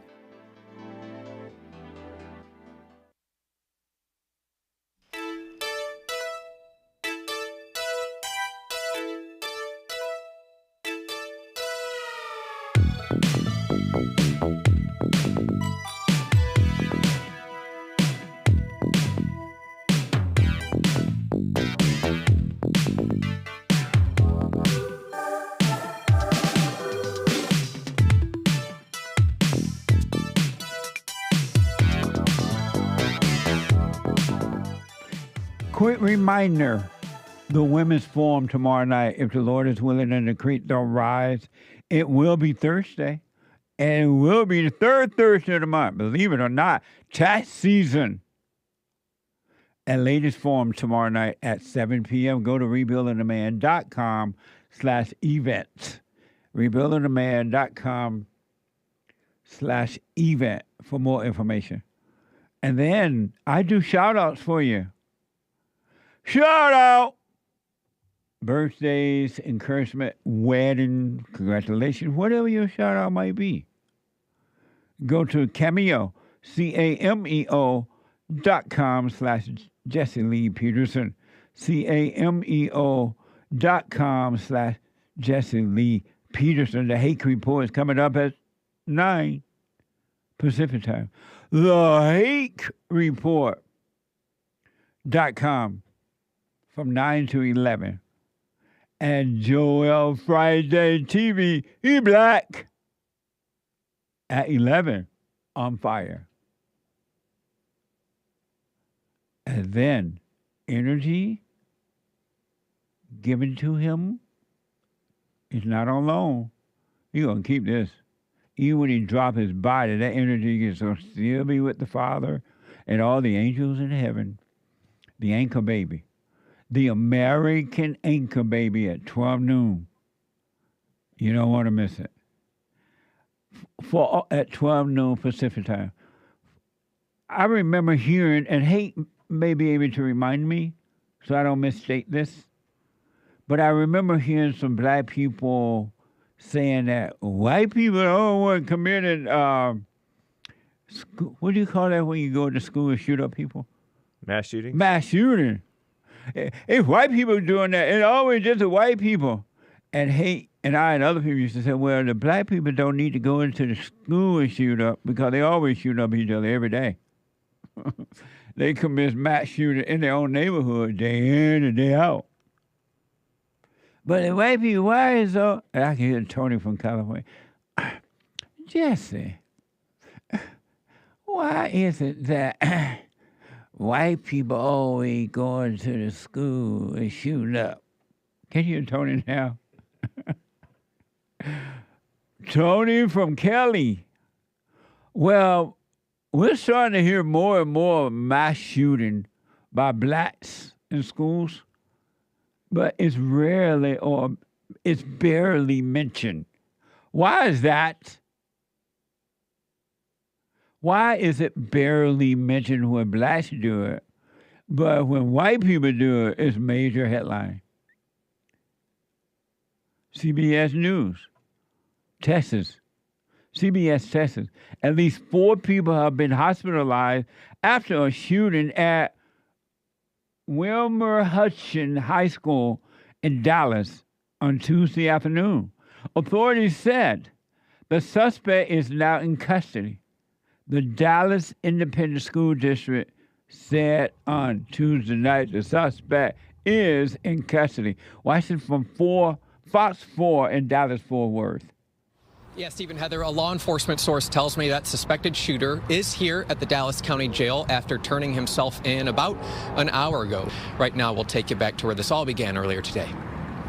This is a tragic situation, and I know everyone wants answers. Wilmer Hutchins High School, a crime scene Tuesday afternoon. Dallas Fire Rescue confirms a school shooting. 3 people, ages 15 to 18, taken to hospitals after being wounded by gunfire. The 4th, age unknown, described as having a musculoskeletal injury to the lower body. What are they not doing up there? Parents concerned about how a gun made it to campus. All DISD schools have clear backpack policies from elementary all the way up.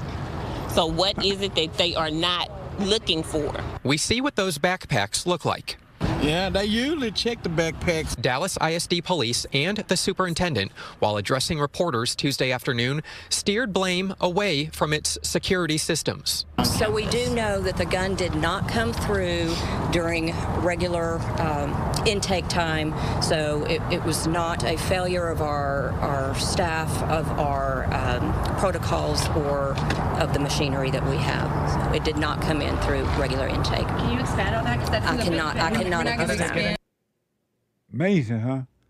They don't have men running nothing now? Women in control of everything? Where do they get these women from? Where do they find them? Women are, this is no wonder hell on earth. This is what happened in the home because men don't rule. And you put women in charge, you think it's going to get better?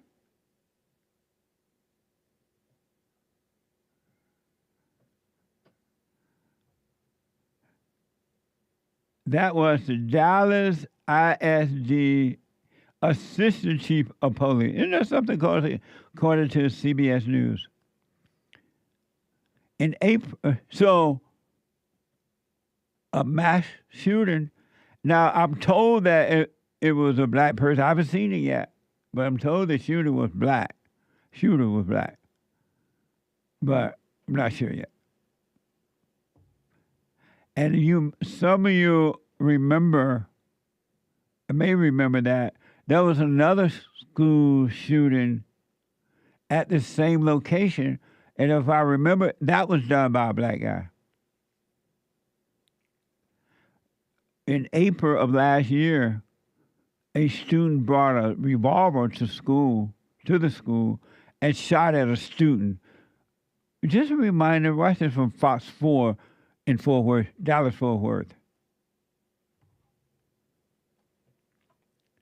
And it's the second time they had a shooting like this. In April of last year, a student brought a revolver to Wilmer Hutchins High and shot a classmate in the leg. The shooting prompted many questions about how the student brought a gun to school. In the wake of that shooting, Dallas ISD police revealed security protocols were not followed.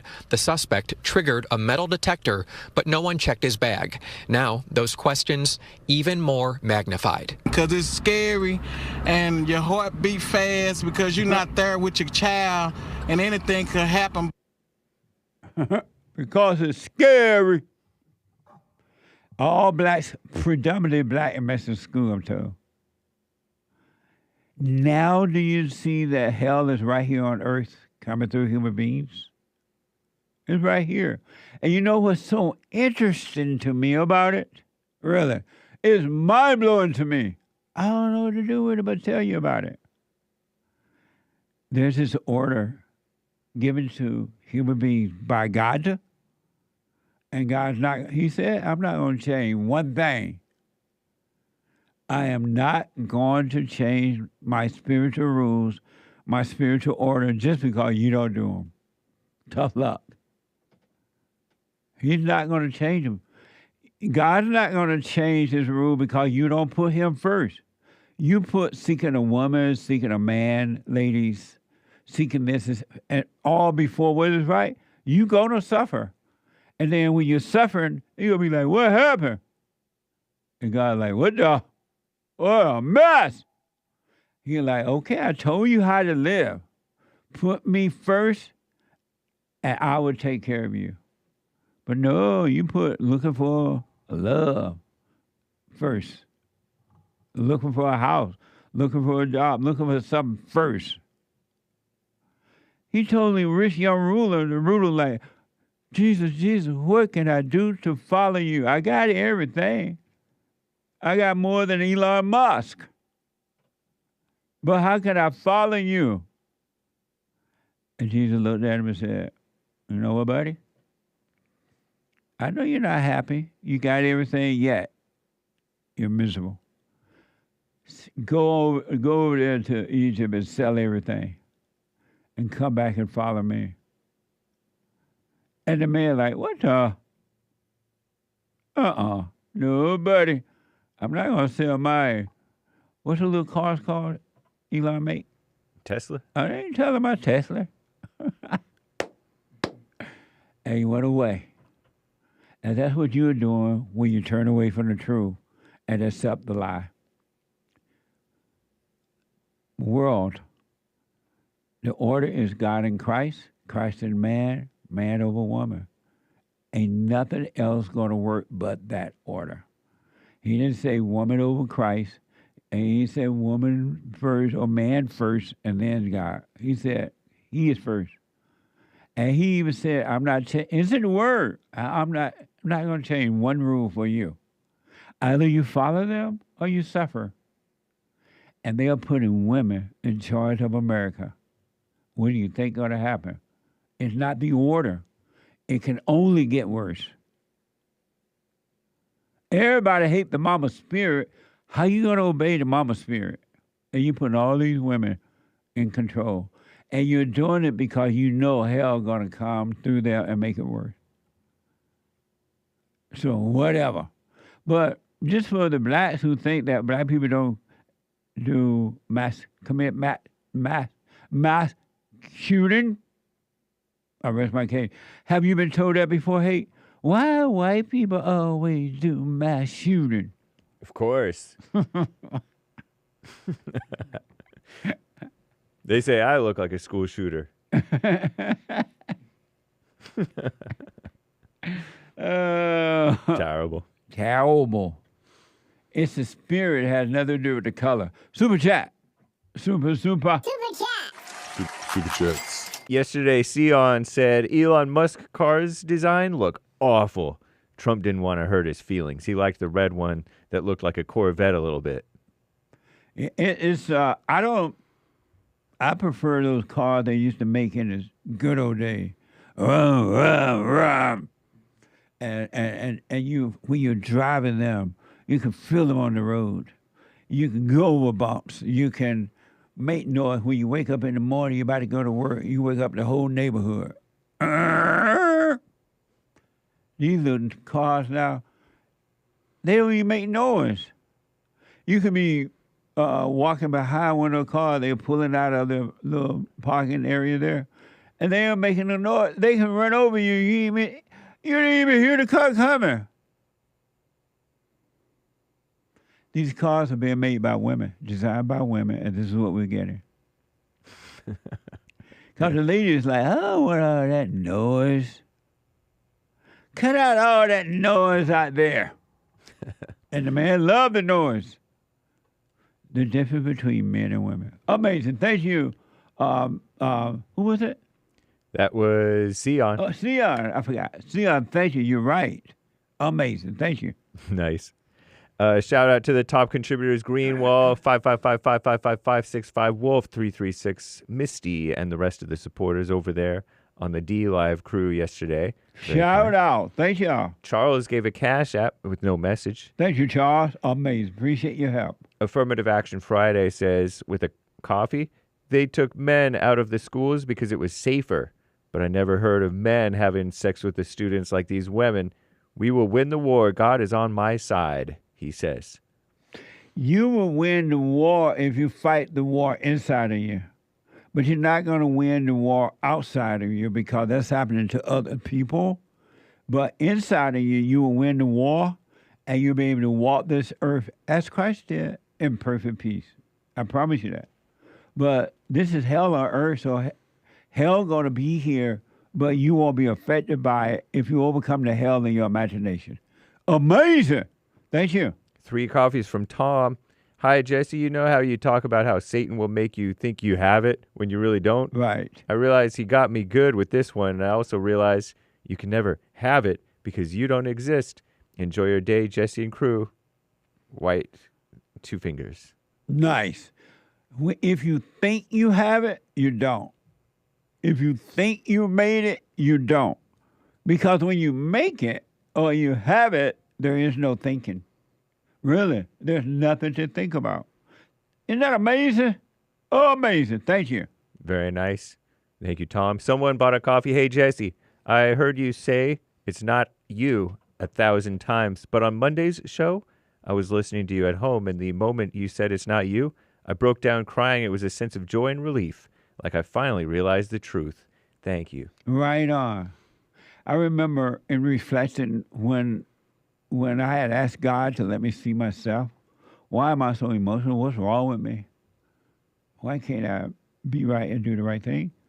And one day he allowed me to see. I broke down in tears, but it was like, not like a mama tears. It wasn't, it was like an appreciation. I couldn't believe it. What I saw, I'm like, I couldn't believe it, but it was so fortunate that I could see it. So I understand. Stay with it, stay with it, stay with it. Amazing. 20 coffees, very generous from Derek in Tennessee. I can relate to Cora, the caller on Monday. Hey, shout out to Derek. Yeah. Who asked about blasphemy of the Spirit. I don't understand. I know I'm evil. You told the caller Brian yesterday a person can walk with a wide road that leads to destruction, be warned one time or so, and that's that. I've been warned. What? He's concerned. About what? About the blasphemy of the Spirit. About, What sin can't be forgiven? Get out of your head, boy. Come out of your head. That's not you worried about that. You listen to the devil. The devil told you that. God didn't tell you that. You didn't tell you that. The devil told you that. Let that pass. What the? Derek bought another coffee saying, addendum. I know worry is abnormal, and I was surprised by my reaction to what I heard at fellowship. I started thinking about things. What if I did commit the only sin that can't be forgiven? I can't do anything about it anyway, right? What a mess. Thanks again for all you do. Derek, come out of your head, man. You're still listening to thought, and you're calling them you. That's not God telling you that, man. What the? Stay out of your head. Amazing. Thank you. Charles bought a coffee. Hey, Jesse. No, I and Jesse, Charles. The reason that you didn't hear more about the helicopter crash in New York City? Because the pilot was an inexperienced DEI black guy, says Charles. And that's probably why they don't talk about the other crashes as well. You're welcome. You make a good point. I kind of wondered that, Charlotte, but I didn't know, so I had to wait and see. It was a black pilot, according to Charlotte. Well, there was. You said that there was a plane crash in addition to a helicopter crash. Now, one day I was in my office, and I had the TV on, and unless they was talking about that plane crash that had already happened a while back. Oh, yeah. It may have been that. Maybe because I had the TV down. Yeah. And then I heard about this one with the 6 people. I didn't realize it was a helicopter. I thought it was a small plane. No, this was a helicopter, and the black guy was, I think he was a former Navy SEAL. Not that means anything. Was he a DEI foreman this year? I don't think you can be DEI if you make it to Navy SEAL, but maybe you can. Oh, okay. I didn't think so either as a Navy SEAL person. Right. But whatever. The planes are... I've never heard of so many issues with planes in the United States before. Me neither. And it is because of DEI. Believe me. Amazing. Thank you. Aaron G. says, biblical question answer. What was the first temple God made? Jesus was the first temple, and he showed us how to worship in it. Final answer. Ready to have my mind blown on Sunday. Mind blown emoji. We have come into this house to lift up holy hands and worship you. Worship you. We have come into the house. You ever done that in church? And lift up holy hands and this. And worship you. Worship you. Not exactly. Christ the King. Amazing. Thank you. Thank you, Aaron G., Yeah, who also says, I'll put my 2 cents in on Sunday. another super chat, is Satan a man? Nope. Satan is not a man. He's a female. He has this female spirit. Amazing. Thank you. Eric on buymeacoffee.com/JLP Talk with 3 coffees. No such thing as deadbeat dadism. Just deceitful women. Men had that to buy the cow. Men that had to buy the cow and get the milk rarely neglect, abandon, or abuse their family. There is no such thing, and I've said it over and over again, no such thing as racism, sexism, homophobism, Alawabaism, white supremacism, Debbie Dadism, anti-Semitism. No isms. It's spiritual. And if you don't see that by now, you never will. It's a battle between good and evil, and it's happening inside each individual until they start to overcome it. Amazing. Thank you. I got to take a break. We'll read the rest later, guys. Yeah, I got to get to the Raul. Raul, a first-time caller out of California. Raul, welcome to the show. You're on the air. Yeah, so good morning, Jesse. Good morning. Yeah, so I just had a question regarding the ego. Yes. Yeah, I've listened to your show for many years now, just for entertainment, really. But Nice. recently, when you started talking about when you started talking about how I should forgive my parents, forgive my mother and my father, and that you're not your ego and you shouldn't identify with it. For some reason, that truth stuck with me this time, and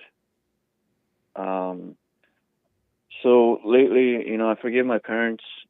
I started doing the silent prayer, and I'm dealing with an issue where I don't really feel like since I've been relying on my ego and my anger, my resentment for so long. Mm-hmm.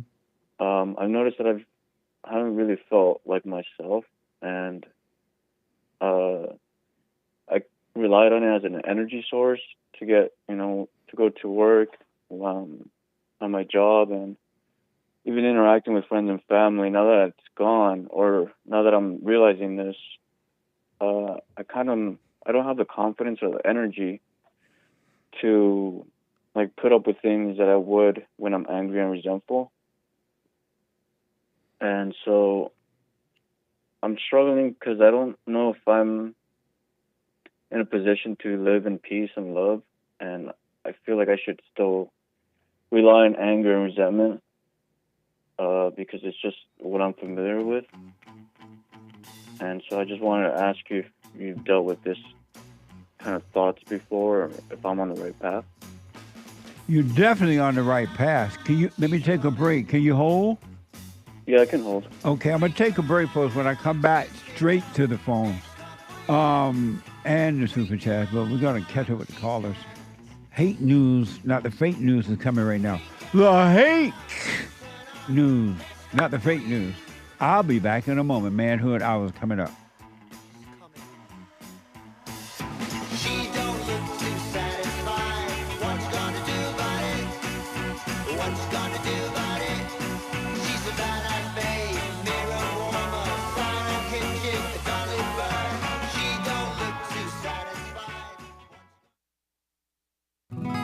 I'm 32 years old now, and I've been clinically depressed since I was 17 years old, and ever since I started listening to you a couple of months ago, bro, I don't even need to hear the word depression. I don't even care about that because that's not anything that I identify with anymore. Nice. I'm 100% cured. I'm 100% better because I've been listening to the Jesse Lee Peterson show, and I can't even begin to tell you how much I appreciate you, and I just can't even begin to tell you how much I really appreciate the things that you're doing for young men. Young men need to hear this, and young men need to know this message that you're delivering because it's important.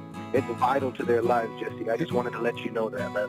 That's amazing. I mean, you made my day, man. When I hear one soul has returned to the Father, it's like 1,000. It's better than silver and gold. So God bless you, man.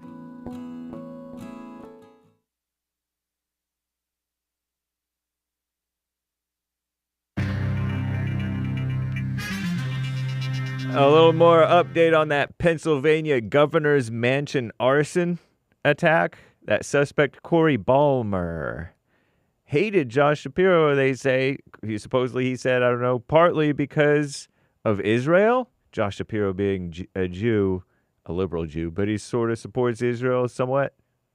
I don't know, in the Gaza war. And autism in America. The CDC supposedly released a study that autism has indeed increased even in the past, I don't know, several years or whatever, 10 years or something. And a drone sighting. That drone sighting mess, I don't know. I don't think I'll skip that story. I don't care about it. Rest in peace to Wink Martindale, a famed game show host who I hadn't heard of him, but he died at 91 years old. 91.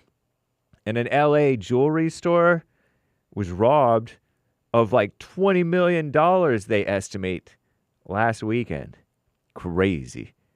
And Biden's yapping about Trump and Doge. It's rich. He's accusing them of trying to break Social Security so they can rob it, which is exactly what they were doing. They're trying to fix the situation. What a mess. This is the end of hour 2. The end of hour 2 of the JLP Peterson Show. It's Wednesday, April 16th, AD 2025. The lines are full, guys. Hang tight, callers. JLP will be right back to your calls for Manhood Hour coming right up in this third hour on Wednesday. And tomorrow night, ladies, the Women's Forum, third Thursday of the month, 7 p.m. at Bond in Los Angeles. Be there if you can, ladies only. And JLP, worth going. Nice. Commie Nonsense Network, CNN, is reporting about that illegal alien that they're pretending to care about who was supposedly mistakenly deported to El Salvador. Listen to this line from that U.S. District Judge Paula Sinis, X-I-N-I-S. It is a fact now of this record that every day Mr. Garcia, that is, what's his name? Jorge? No. Kilmar Armando Abrego Garcia, that every day he's in a CCOT, detained in CCOT, is a day of irreparable harm. What? Why are you calling it harmful? Anyway, she's trying to find out whether the administration is trying to comply with her orders. Dumb. Anyway, a search warrant obtained by the news site Penn Live reportedly said the man accused of setting fire to the Pennsylvania governor's mansion, according to Commie Nonsense Network, his residence last weekend, revealed his motives to 911 operators. Did he call 911 himself? I don't know. Although CNN has not viewed the warrant, it's acknowledged by a spokesman for the Pennsylvania courts. Corey Balmer allegedly told 911 operators he targeted Governor Josh Shapiro in part because of his views on Israel's war in Gaza. In the days before the arson attack, however, relatives of the 38-year-old auto mechanic reached out to police and so-called mental health agencies asking for help. They said Balmer's mental condition had dramatically deteriorated to the point where he was chewing on batteries and acting erratically. Wow. They were told that he didn't meet the standards for involuntary commitment, and there was nothing they could do.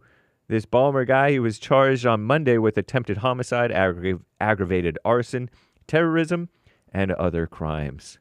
What a mess. Corey Balmer.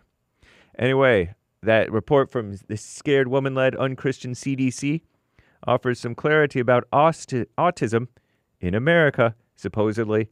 The CDC reported, Centers for Disease Control and Prevention, that autism diagnosis rate has increased among U.S. children. 1 in every 31 diagnosed with autism by age 8 in 2022, up from 1 in 36 in 2020. So just in the past couple of years, just in over course of a couple of years, it's increased by a lot.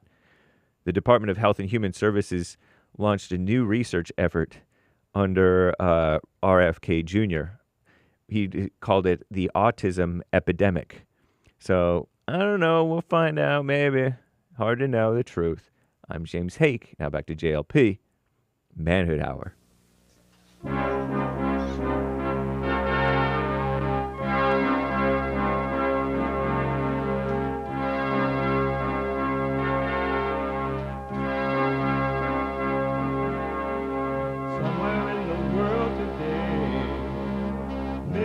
to stand up strong, face the truth about themselves, to understand what went wrong. I know we can find a way. I know we can find a way. I know we can find a way to stand up, stand up, stand up. Uniting the races with truth instead of dividing them with lies. We're also rebuilding the family by rebuilding the man. I am Jesse Lee Peterson. Welcome to the third hour of the show today. You can get involved by calling 888-7753-773, 888-77-JESSE. Jesse, Jesse. And my biblical question, what was the first temple God made? What was the first temple God made? Amazing question. Isn't that amazing?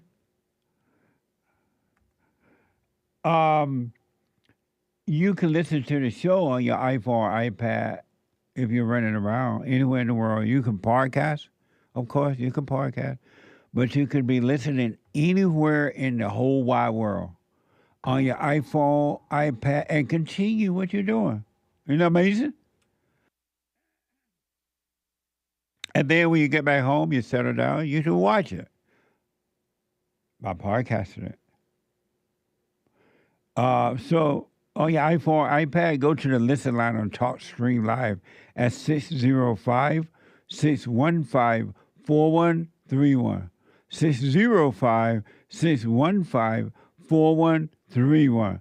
And to donate and have your comments read out loud, go to Buy Me a Coffee. BuyMeACoffee.com/Jesse Lee, JLP Talk. BuyMeACoffee.com/JLP Talk. Or Bond JLP Cash App. Bond JLP Cash App. It's Wednesday. I mentioned that order before of God and Christ, Christ and man, man over woman. And if you follow that order, men and women, you're going to love it. It's not like something you're going to be disappointed in and blah, blah, blah. You're going to finally live. And you're going to have a real life. But you got to put that first. You can't put first seeking something that's going to make you feel good. God and Christ, Christ and man, man over woman. And lady, that doesn't mean you are 100% responsible for you. 100% your psychological condition, overcoming it, your emotions, overcoming it, your spiritual life. And men are 100% responsible for their own lives. And they're responsible for women, but not in the way that you think. Not at all. Not 10 at all. It is Wednesday. It is. In the third hour Wednesday. It is Manhood Hour. What is a man? What is a man? It's an adult human male. Manhood, Hillary or President Trump? I voted for Hillary Clinton. Beta male. A man is a male who turned to man. Alpha male. Live right, be right, and lead the way. Got it? 1, 2, 3. Taking up space! She is so brave. We're doing astronaut training today. We're going to learn everything that you need to know to fly a nominal mission to space. You're beginning the simulation at T+2 minutes. You know, it's an autonomous system, which means it flies on its own from beginning to end, but there's a very well-qualified team behind it. Please ignore that. I have almost no words. It was the most incredible experience of my life. I feel super connected to love. You never know how much love is inside of you. You had no love. I will never be the same. And there's no boundaries, there's no border, there's just earth. Those women went up to Magic Mountain and they went up on that new thing that takes you way up in the sky, and then it drops real fast. That's all that happened. And they think they went to outer space. And that one female, I feel super love. She must have had no love because that was not love. What the? And they kissing the ground like they left the earth. Y'all went to Magic Mountain and you didn't know it. What the? Amazing. I want to go back to Raul, a first-time caller in California. Raul. Hello, Jesse. So you're working on yourself now. You went and forgave your parents, right? Yes, I did. And now, and if I'm quoting you right, you're losing that anger energy. So are you saying it's hard to go to work and all that? Yeah, well, I'm struggling to live in peace and love because I've relied on my ego and anger, resentment for so long. Yeah. And so yeah, I've noticed that I'm not quite sure what to do with that. You do nothing. Are you doing the silent prayer right now? Now? Yes. You stay with that, and all you need to do now, Raul, is just watch those thoughts. Go to work, earn a living. Don't be looking for that kind of fake energy. You're going to get real energy now. It's going to be natural. It's going to be real. And when that fake energy from anger disappears, you're going to be fine. You're on your way. You're doing fine. And don't call that false nature you. You're not your thoughts. You're not your feeling. You're not your emotions. You're none of those things. It's time to overcome that now. Let that happen, and the real you, the real energy will come forth, and you'll be fine. Okay, so it just takes time. I just gotta be patient. Yes, absolutely. But just watch, and meaning watch those thoughts, watch those emotions, but don't call them you, and they'll be taken away because that's your old nature. You're not your thoughts, you're not your emotion, none of those things. And they will be taken away from you. So stay with it, go to work. Don't argue with anybody. You shouldn't be arguing with the devil anyway, inside of your mind. And you should not argue with the devil inside of others. If you need to talk to your boss at work or somebody, just have a conversation, but do not argue. Right. Yeah, I've realized that. That my anger, it's not really my anger. I'm what you would consider an anchor baby. Oh, yeah, anchor baby. Anchor baby, and my grandparents and my parents, just my family, they come from a Catholic family. Uh-huh. I come from a Catholic family, and so I do realize that they've passed down a lot of trauma onto me. Yep. And they're still dealing with it, and some of them don't want to deal with it. But after listening to you, I've realized that that's what's going on with my aunt, my mom, my grandma, how they're holding resentment towards each other. Yep. And so, I realized I have been living their identities my whole life. And now that I realize that, it's kind of hard to even know who I am, because I know I have my own self, but it's hard to see that, because if I'm not those identities, it's kind of hard to know myself. And who do you think you would be if you had no identities? Who would you be? I don't know. Isn't that beautiful?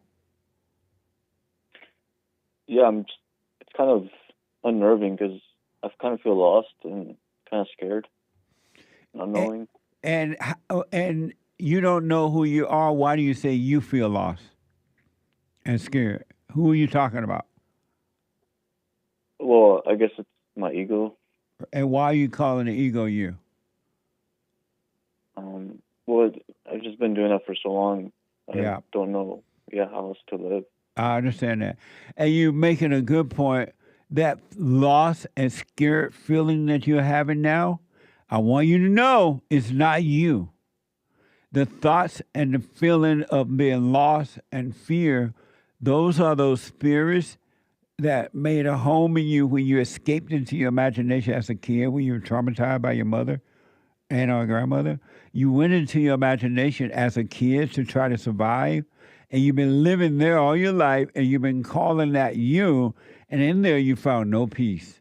But you identify with it and became one with evil, because it is evil, but it's not you. Now you're starting to become aware of that, and the fear and the not knowing is not you.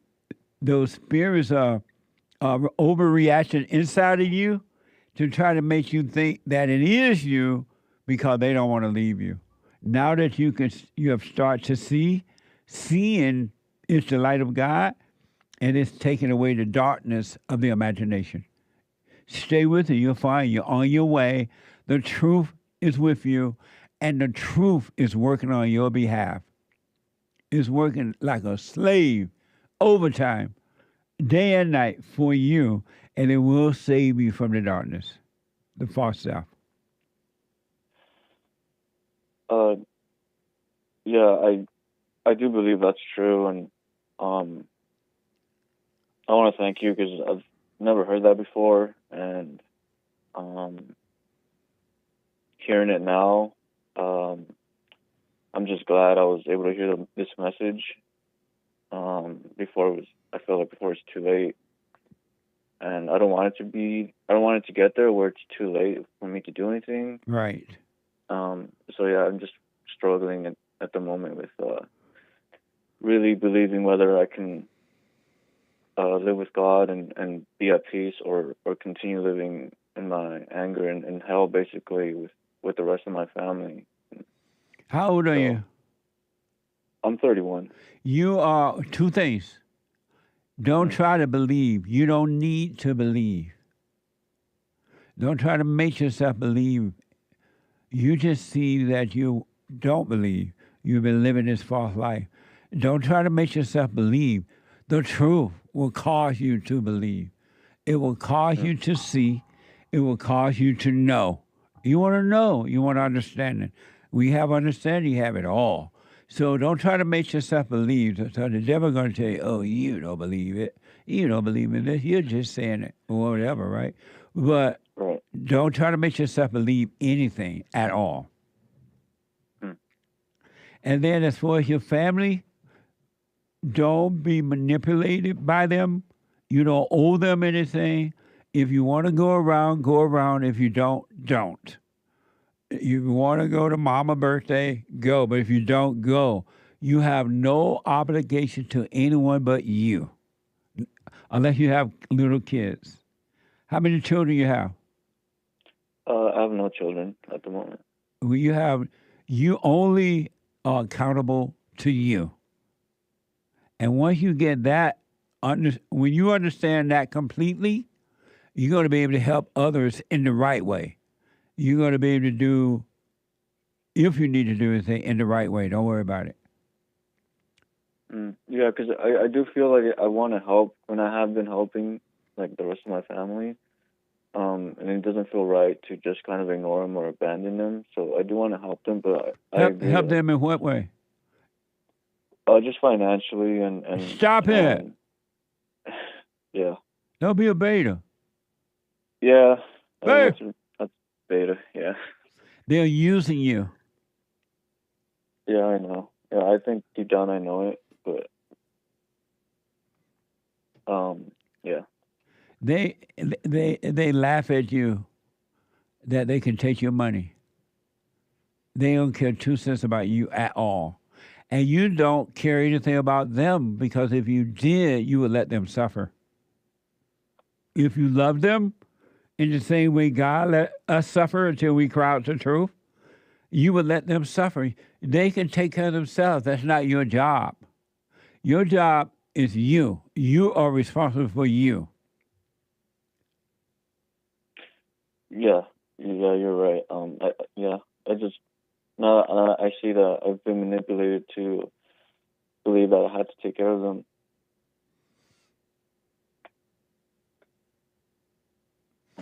Do you understand now you don't?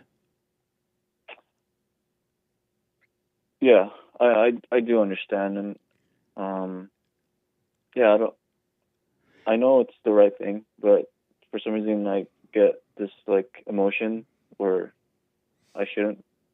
That you want to do it because you want to seem like the good guy in the family. You want to seem like you care. You want to make it look like you love them. None of those things are true. It's all ego. Yeah. You're not doing that because you love them. You're doing it to get a thrill for yourself.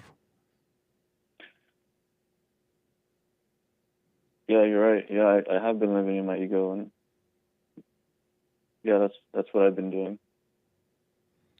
So cut it out, man. Yeah. No, you're right, Jesse. I think that's what I called, because I needed to hear from you. That I've seen your show, and I've seen YouTube videos, and I know the truth, but it's really hard What's to get out hard? of my head. And oh, okay. yeah, just to get out of my head and my thoughts, and because I'm so accustomed to this, sometimes I want to self-sabotage or doubt. So that's why I called today. Yeah. So when those, and I know what you're talking about, because I was saying yesterday, or maybe I said it today or yesterday. I'm like, how we know growing up? How are we supposed to know we're living in our head and our ego when we were kids? And no one ever tell us that growing up, right? And so we grow up identifying with this, thinking that it's us. How are we supposed to know this? Our parents don't tell us. The schools don't tell us. The preachers don't tell us. And so we grow up in this false identity. And then as an adult, we start wondering what is wrong. And then you start to find out, I've been living a false life, a false self. It was never me. And because you have identified with the false self, now you got to try to overcome it. How do I overcome my false self when I didn't know it was a false self? What a mess. Yeah, it's a mess. Yeah, you described it perfectly. It's exactly what I went through. I'm going through. So, yeah. I can't tell you the number of times as I wake up and when I first began, and I was like, I didn't know that. How was I supposed to know? I didn't know. The more I understand, I'm like, what? No. How was I supposed to know? No one told me. I didn't know. And so I'm so grateful to know now. Because in knowing, no matter what has happened, that doesn't exist anymore. It is an illusion too. But the spirits of evil try to tell you, make you think it does, and it doesn't. What happened then, happened then. What is happening now, it's the only thing that's happening right now. Everything else is an illusion. It's an illusion. That's what's so crazy too. How am I supposed to know it's an illusion? You know what I mean? I didn't know it was an illusion. What the? What a mess. Yeah, it really is. But you stay with it, man. I promise you, the old self will fade away. You will go through. You're going through hell right now of illusions, delusions, and illusions. You're going through the hell of that. On the other side is paradise, and that's where you're living right now. You just don't know that, but you'll come to know. Stay with it. I will, Jesse. Thank you. I'm really grateful for you and for your message, and I'm going to stick with it. And go to work. Get up and go to work. Save your money. Buy yourself some land, some gold at goldco.com or somewhere. Buy some gold, and you're going to see, man. And stop. Do what you want. It's up to you.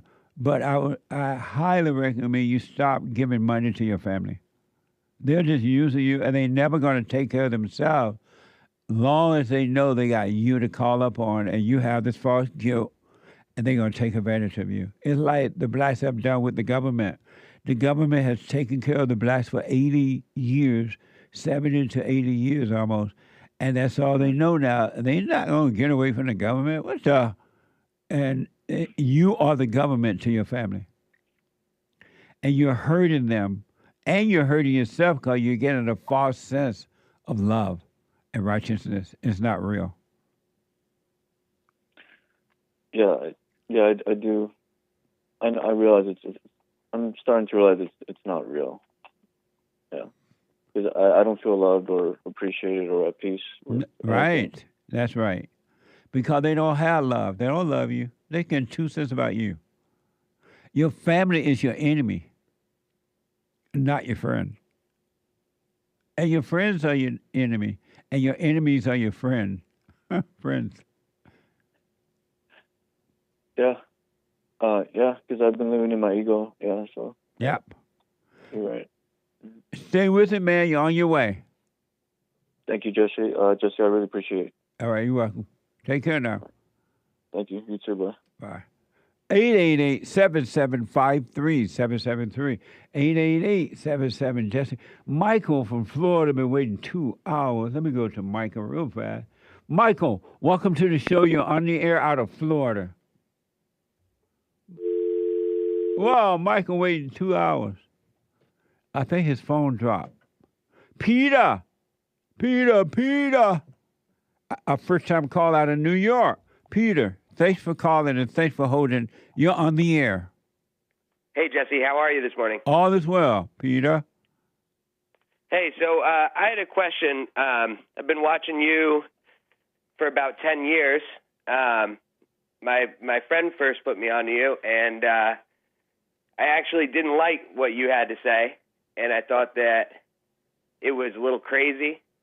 And now I've come to realize that actually you're a good guy, and I think you're just trying to help people. You was like, what's wrong with this nigga rah-rah? Well, not exactly, but maybe something like that. I thought that it sounded like it was hateful towards black people and women, you know, in the framework that I was understanding it through. And so I thought it was crazy, but then I also thought that you had some pretty funny moments, and I've been trying to establish a relationship with God lately, and I've come to understand what you have to say in a different light. Right on. So anyways, I wanted to say thank you for all that you're doing for people. Stay with us. Yeah. So my question for you is about a term that you use a lot called the child of the lie. Yes. So I think that we're all children of God. So how can you also be a child of the lie or a child of Satan if you're a child of God? Because you have identified with the thoughts and feelings. You have identified with evil, calling it you. You and Satan are one. I thought that maybe a more accurate term would be believer of the lie, because you're still a child of God and you're making a choice to believe the lie, whereas a child of the lie implies a permanence to it because you can't switch who you're a child of. What the? No, you're a son or daughter of Satan. Satan is your God because you have agreed to be one with him. But I haven't agreed to it. I'm just saying to people who agree, who identify with their egos and stuff like that. They believe the lie, and the lie is they think that anger is normal, hatred is normal, fear and doubt and worry and insecurity. They think all of that is them, and that's a normal way, and they agree with evil. They agree with the lie. I completely agree with what you just said, but I'm not sure that makes them a child of Satan. Yeah. I think that they're still a child of God ultimately. God says you're of your father, the devil. Anyone that has anger has become one with evil, and evil become your father. You're of your father, the devil. Well, that's an interesting viewpoint. I have to think about what you said. Yeah. But do you have time for one more question? Yes, sir. I was listening to you. I've been on hold for a while, and so I've been listening to what you've been saying to other people. And, man, a lot of people really need your help, so I think it's good what you're doing. But you said something that I've also heard you say a lot. And today you specifically said, everyone hates the mother spirit. Yes. But Jesus had a mother, And I don't think that he would have hated his mother's spirit, and I don't think it's good to hate, as you've said. It's weakness. So shouldn't people love their mother's spirit instead, since their mother was made by God? No, Jesus had never sinned. He came through the woman, but he was not of the woman. He was of his father. The spirit of the mother is not her spirit, but it's the evil spirit that has made a home in her.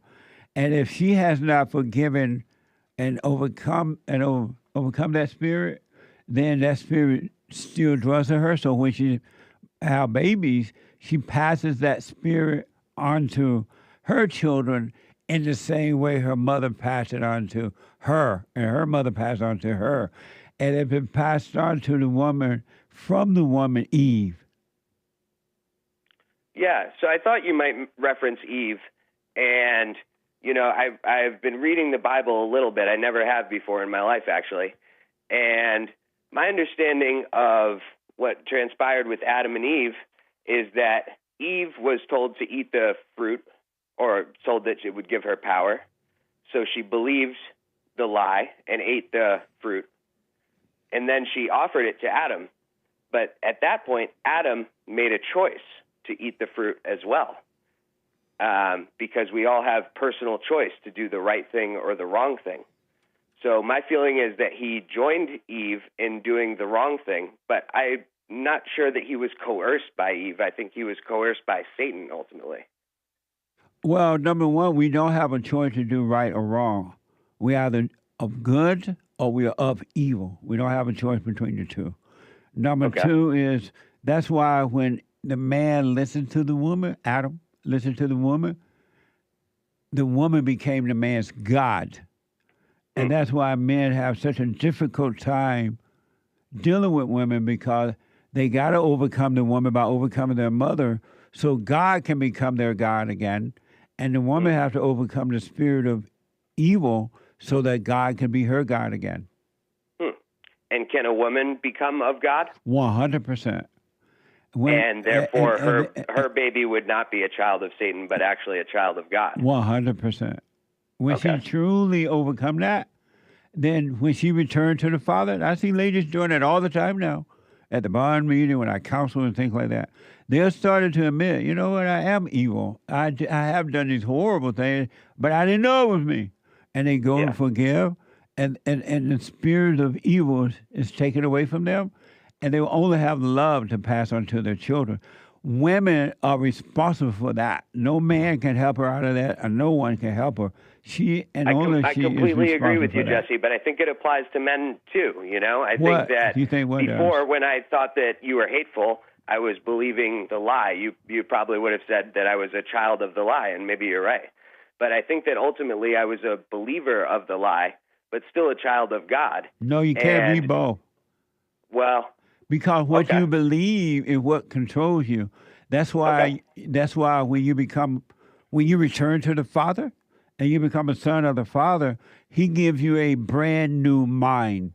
He gives you His mind. Up until that, you have the mind of Satan, who is your God. Okay. Well, I really appreciate you taking my call, and I wanted to just leave you with one final thought, if I could.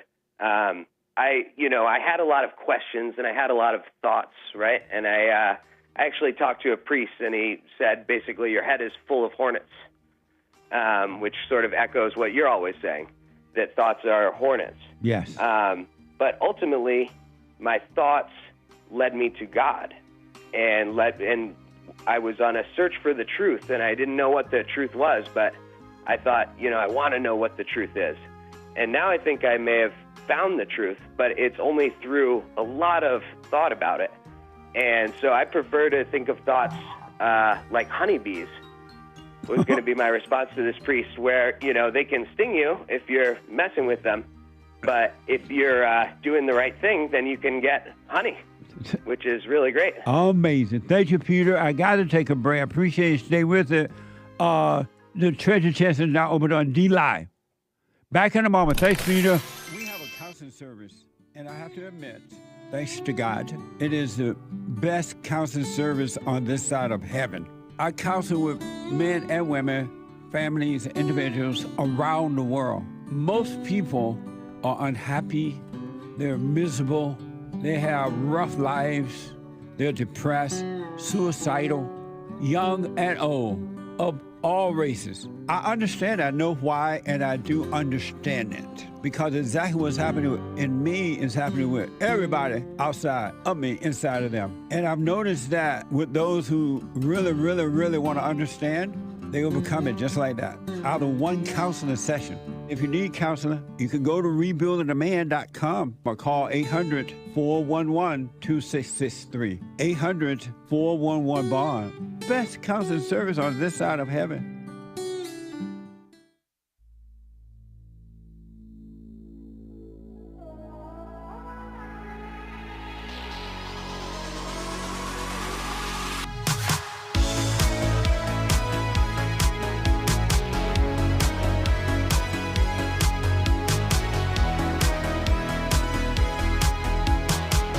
Amazing. 888-775-3773. The Hake Report coming up at the top of this hour. The HakeReport.com from 9 to 11. And then Joel Friday TV at 11 a.m. Pacific time. He black. And the American Anchor Baby at 12 noon. The American Anchor Baby, a quick reminder, you got to get your Punchy's coffee roast is here. Punchy coffee is good. I have my own coffee now. Did you ever think that? Think about that. Punchy got his own coffee. What the? Punchy coffee is here now. Go to JesseLeePeterson.shop. JesseLeePeterson.shop. And it's, unfortunately, to my international listeners, we can't ship overseas, not the coffee yet. Wait until we're done with the tariffs. Then it may be possible. But we can't ship coffee overseas, but we ship all the merch overseas. All the merch overseas. All right? So go to Jesse Lee Peterson for the merch. And for the coffee and merch in the United States, you can go to JesseLeePeterson.shop. JesseLeePeterson.shop. And we have some amazing merch. And with the coffee, every dime goes back to my nonprofit to help rebuilding the family by rebuilding the man. Thank you all for that. I do appreciate it. JesseLeePeterson.shop. And a quick reminder, catch that brand new episode on Punchy. Talking about Punchy Coffee, Punchy TV. What the? I can hear Mama and Dad, Miss Shug, Miss Evalou, Uncle Mac, Salan, Nook, my Aunt Nook, and Pluck, my mama. What? Your mama was Pluck? Yeah, my mama nickname was Pluck. This is your grandma or your mother? No, my grandmama was Mama. Mama. Mama. Nice. I was thinking of Salan, and Salan, I forgot her daughter's name. She had an interesting country name, too. But they're like, Punchy got his own coffee? Who would have thought? But I guess up in heaven, you probably know everything, so they're probably not surprised. I'm surprised. Punchy's coffee. Amazing. And now we got Punchy TV. Watch this brand new episode on Punchy TV. We have here Kit. He's a dating coach from London. I think every man wants to be in a position where he has an abundance of women and he is respected by other men. Yeah, that's a mess. Are you Christian? To me, a prenup is basically telling the lady, I doubt you, I don't trust you. There is no such thing as trusting a woman and being right about it. We're talking about a finger on a nuke. You'll never divorce because you know and believe that that's not in the cards for you. It's impossible. If you're married and she cheats, are you leaving? I can't wait to hear that answer. Well, it's already played, so I know the answer. But watch it. All right, Punchy.tv. Amazing. Let me go quickly to Melissa. I wonder, Derek, let me know if Michael called. I don't know if Michael Forthorn called. He waited 2 hours. I don't know if his phone dropped or what happened. Let me know if he called back. That's Michael. Okay. Let me go to Melissa, and then we get to Michael. Because Michael waited a long time. I went to him. I think his phone dropped. Melissa from California. Thanks for calling. You're on the air. Hello. Hey, Melissa. This is my second time calling. Hello. I just wanted to ask you a question. I've been paying attention to my thoughts. Sorry? Go ahead. Okay. So a couple days ago, I had a nervous breakdown, and I got super, I wanted to, those thoughts of wanting to suicide. I don't know if I say it on YouTube, but you know what I mean? Yeah, you can say suicide. Huh? If you can, you can hear. You can say suicide. You wanted to commit suicide? Yes, multiple. The thoughts were just rolling on me. They were just going on and on for 2 days. And I remember, those are not my thoughts, but they are harassing the crap out of me. But I got to the point where I was ready to have my daughter go live with my father, and me just become homeless or something. I was losing my mind. And then I have a bad feeling that I'm starting through menopause, and I think it's going to make me crazy, and I'm worried about that. So I'm wondering how do I respond to those? Well, with the menopause thing, you could do this. The menopause, when I walked into the room, the menopause. Melissa, all you got to do, I'm not a doctor, but what I'm telling you, all you got to do is be aware of those thoughts. Don't call them you, and they're going to overwhelm you. They're going to try to convince you to take your own life and this and that, right? And the menopause is just a normal, abnormal cycle that women go through. Don't make that a big deal either. Don't be afraid, and don't say, oh, I'm going to get angry, I'm going to be frustrated. Are you doing the silent prayer every morning and night? No, I tried to do it a month or two ago, and it was too intense for me, and I was starting to get anxiety, and I just couldn't handle it. But the anxiety are those evil spirits' thoughts that are trying to make you think that is you. And the world called evil anxiety, right? But they're really just false identities that made a home in you. It's not you at all. Can I tell you I was diagnosed borderline personality disorder? I didn't know that, but I wouldn't be surprised because the world is blind and they call spiritual things physical things. Okay, all right. So it is a spiritual thing with me. Are you under doctor care? Yeah, I take a lot of those. I'm on lithium, gabapentin, and Zoloft. Dang. And it's a lot. And it's just, I'm 46 now. I've been on medication probably for 15 years, I think, since my daughter. Wow. Well, again, I'm not giving you medical advice at all. You have to see your doctor about that, all right? But what I do want to encourage you to do, Melissa, start doing the silent prayer and stay with it. And then watch those thoughts. For how long, though? Can you give me for 30 seconds maybe, and then try to build my way up? For how long what? The silent prayer? For the silent prayer, just to sit there and watch my thoughts. There's too many thoughts. Right, but you watch them anyway. Don't call them you. You've been living in those thoughts all your life, and that's what's been driving you crazy. You have been thinking that they were you. Well, for a long time, my mom. Well, yeah, that's how I grew up.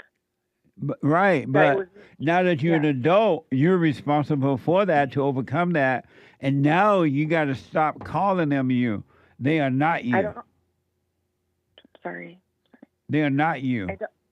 I don't know how to overcome it though. I really truly been trying for like the past probably year. You overcome them. Listen closely.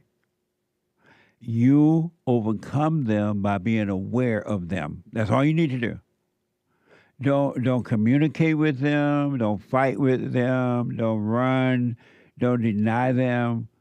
Just be aware of them, and just knowing that. Don't call them you. And the awareness will take them away from you, out of your mind, and God will give you a clear mind. You overcome them by being aware of them. So I'm not supposed to tattletale on them and tell God about them because God already take all your thoughts captive. God already knows. He is the one that's shining the light on it so you can see them. If it wasn't God who allowed you to see, you would still be completely lost in them, not knowing that, hey, it sounds like there's another way out of this. There's another way to live. So it's He, not me or anyone else. It's God who's allowing you to see there are a whole bunch of thoughts and a whole bunch of this, and it's not you.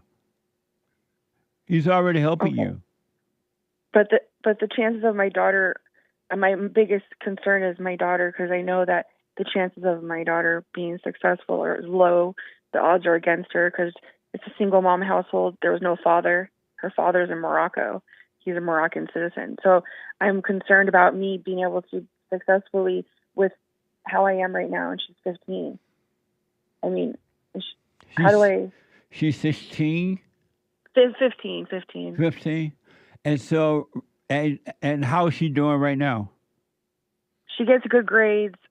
She behaves well. She gets sassy every now and then, but overall, she's a really good kid. Well, don't worry about it. Work on you, and the Spirit of the Father will help your daughter. Well, really? Okay. And stop panicking. You sound like you're in a panic mode right now. I'm always panicking. Yeah, my heart is...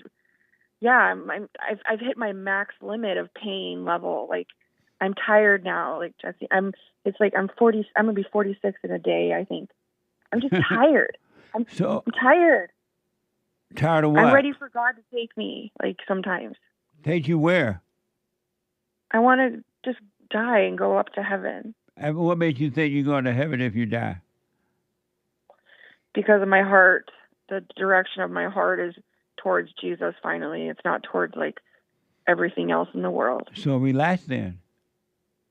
Take a but breath. I still struggle with Melissa, thoughts. take a breath right now. Take a breath. Huh? Take a breath. Okay. Relax. Close your eyes. Are you sitting? I'm like laying sideways. Should I sit? You like on the bed? Yeah. Oh, okay. And just turn around, lay flat. Okay. And close your eyes and just relax. From your head to your toe, let everything go. Relax on the bed. Melt into the bed. And just relax.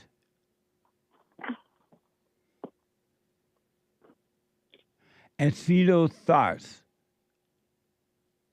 Oh, I don't like this. I don't like when the thought... Do you see because it's all over the place. What? Sorry? Go ahead. I apologize. Yeah. Calm down. You're not supposed to be relaxed and still freak out. What the?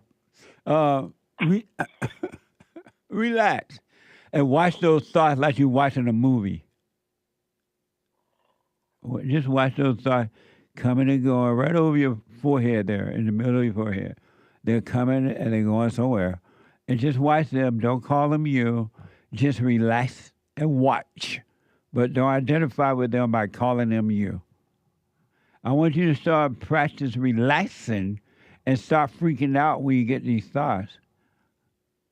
But they're so evil. It's like, it's too intense, to actually Melissa, see. Melissa, forget about that. Shut up the conversation and relax and watch. Okay. Don't be calling them evil. Don't call them good. Don't argue with them. Don't fight with them. Just relax and watch them.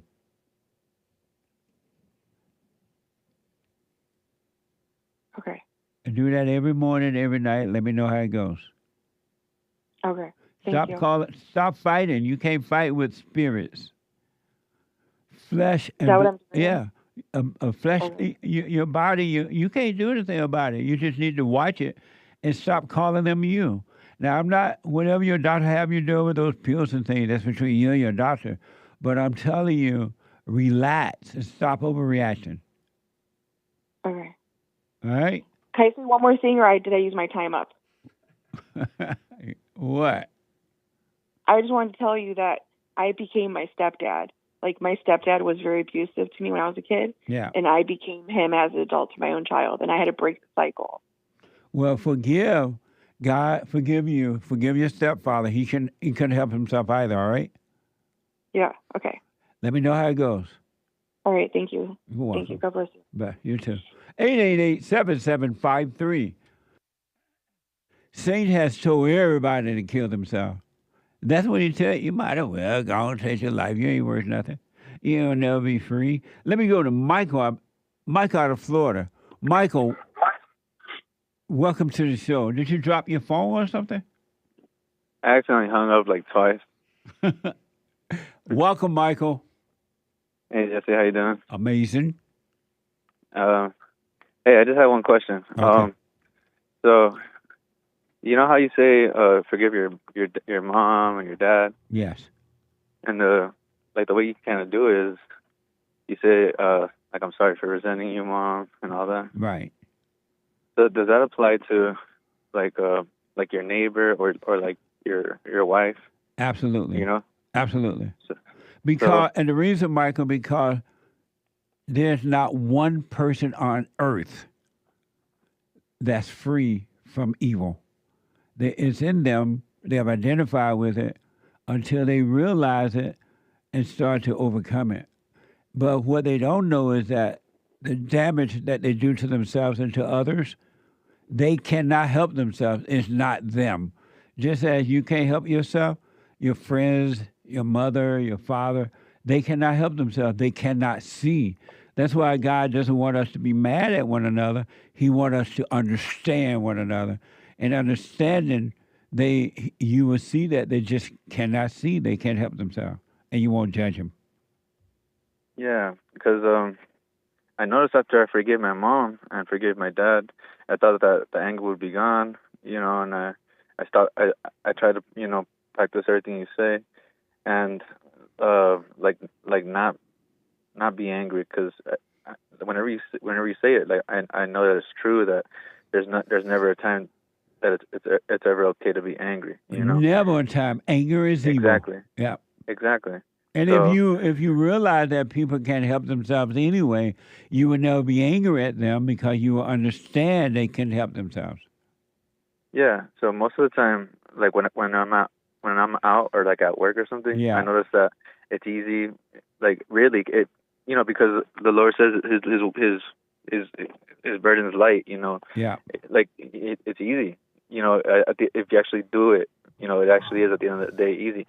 But I notice that whenever I get home to my wife, all of a sudden I have so much temptation to be angry. At your wife? That I have like a crazy temptation to be angry, like at my wife. Oh, okay. You know, and it's over the most like dumb, mediocre things. You know, like noticing that maybe something's not washed, maybe like noticing that my clothes aren't you know ready or something in the morning, and I'm just like, oh, like she should have done this or something. But I started just getting angry and like having this little battle in my head. You know so what I mean? When that happened, I want you to give this a good try. Let me know how it goes. When that happened, let's say you come home, you see your wife, and already, you know, like, what the? Watch that feeling, watch those thoughts, or watch the feelings, but don't react to them at all. Just don't react. Don't give them false life by reacting to them. And deal with your wife. If you got to tell your wife she needs to whatever, tell her about it, but don't argue about it. And I'm telling you, I don't even want to tell you what's going to happen for you. But don't react. Your wife cannot help herself either. Yeah. And I'm trying to do the... Oh, go ahead. Just don't react to it. You're trying to do the what? So, I'm sorry if I'm bouncing all over the place, but I try to do the silent prayer every morning, every night. And like I'm just gonna be honest, like I have like problems with drinking. Like every night I feel like I have to drink every single night. But I tried to like do the silent prayer anyways. After like right before bed, while I'm on the bed, I try to do the silent prayer, and then in the mornings it feels impossible. I have to wake up extra early. So I wake up like at 4 in the morning, and even then I don't feel like I have time to get ready or anything, like even less, like sit down for 15 minutes, do the silent prayer, as much as I do want to do it, because I really do want to do it. So is there a way for me to do it, like when I'm like driving, like Well, the reason you're having a hard time early in the morning because you have a hang-up, man. I mean, a hangover from being drunk all night. I'm trying, man. But listen. Yeah. Two quick things that I got to run. Number one, try not to drink at night, but let's say you do. Take 1 or 2 drinks, and the thought's going to tell you to take more, don't do it. And they're going to tell you, oh, you got to have it. Oh, no, you got to have it. You got the feeling. Don't do it. Go and be still, do the silent prayer, go to bed, go to sleep. And then in the morning, wake up and do 5, 10, 15 minutes, and you'll be fine. Don't give in to the thoughts, and eventually they'll be gone. You'll be in control. And don't judge yourself for getting drunk every night. Don't say, oh, I'm an alcoholic. Don't even tell yourself you're going to drink or you're not going to drink, because you lie when you do that, right? Just know you don't want to and see what happens. Don't be a double-minded person. Have a wait and see. Yeah, it's just that in the morning the voices are so loud, and it's just like whenever I'm driving for a little bit, I have to put on like Bond or something for me to be able to come back to and be grounded. But later in the morning, get up and relax or sit up about 5 or 10 minutes, and eventually you'll grow in that. Don't give in to those thoughts about don't do it. Oh, it's too late. You're running late. You're this and that. Don't pay attention to that. They don't want you to be still. They want you reacting and active so that they can control you. They cannot control a person, man or woman, who is in stillness. They can only control those who are active. Yeah, it makes sense. Let me know how it goes. All right, man. Well, and Michael. Yeah. Don't be a beta. I'm trying, bro. Don't be a beta. Don't try. Don't try. Do. Yeah. All right? All right. I'll work on that. All right. Let me know how it goes. All right. I got so many more questions for you, man, but I'll just have to save it for another time. Yeah, call me again. Call me tomorrow. Yeah, man. Oh, whatever you can. Okay. Love you too. Bye. Bye-bye. Super chat. Super. Super chat. Super chats. Blunt Wit says, it's from The Godfather, but I always saw truth in it. Women and children can be careless, but not men. Good luck today, most of y'all.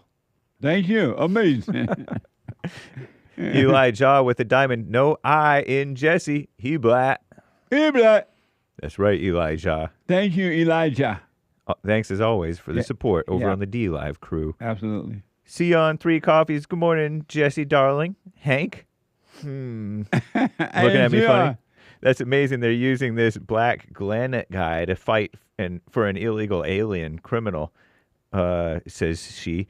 There are people who came the right way, waiting for their papers right now, but nobody cares about them. Yeah. I think you should come up with some type of peanut butter protein snack or something along with your Punchies coffee. Yummy.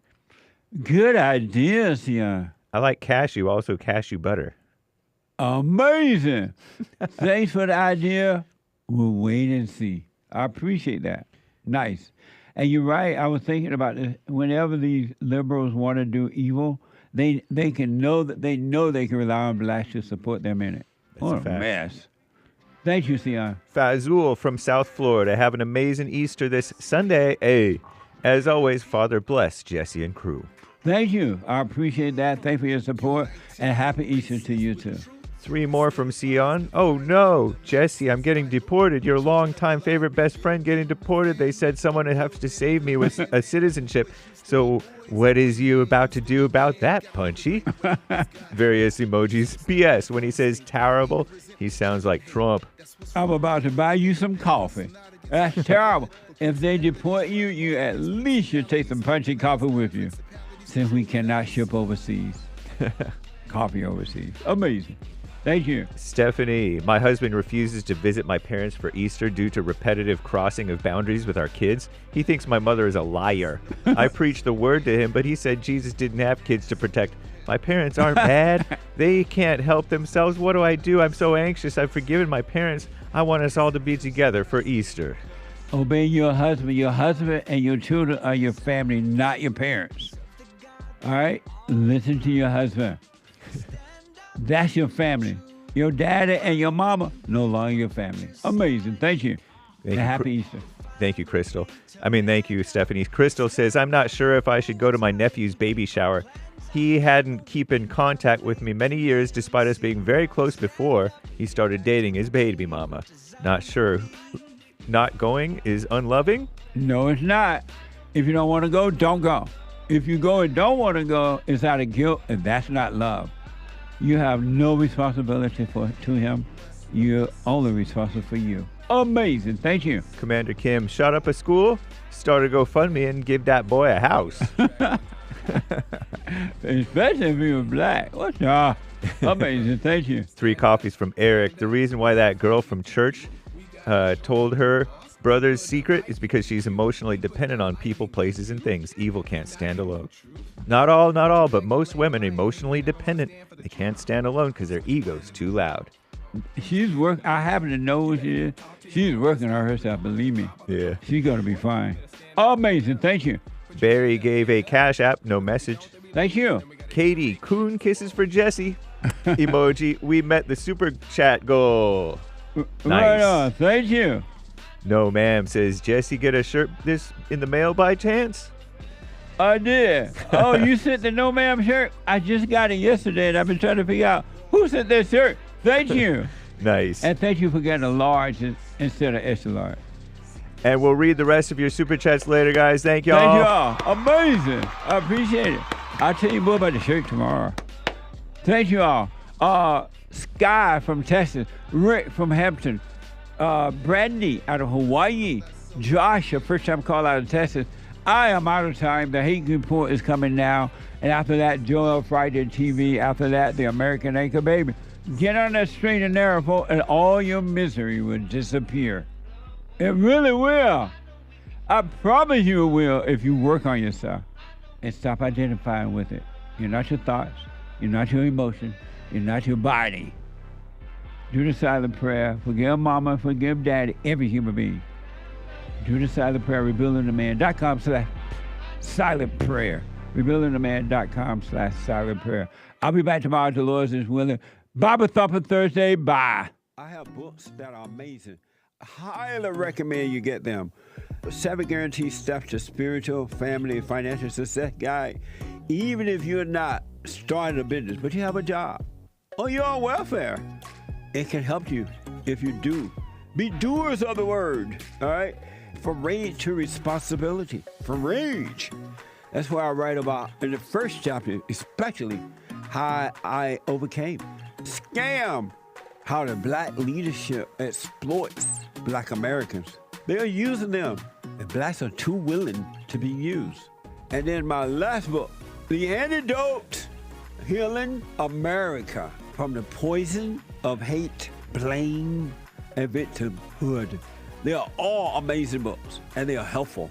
Go to rebuildingtheman.com if you want an autographed copy, or call 800-411-2663. So, here's what I recommend. I invite you to download my silent prayer. I know some people have called in and they wonder if the silent prayer is working. And I just want to take a second and to tell them that it works. You just have to stick with it. Yeah. That's the first thing I started doing before I even forgave my parents. And I was so depressed and suicidal at some times that I just would have to stop in the middle of my job or whatever I was doing and go into the silent prayer. And it really does help. Like, I don't have those anymore. Amazing. You haven't seen anything yet. Doubt every thought. Bring every thought into captivity. Just let them all pass. Don't judge them. You haven't seen anything. It gets better and better and better and easier. So my gift to you, no charge, at rebuildingtheman.com/church.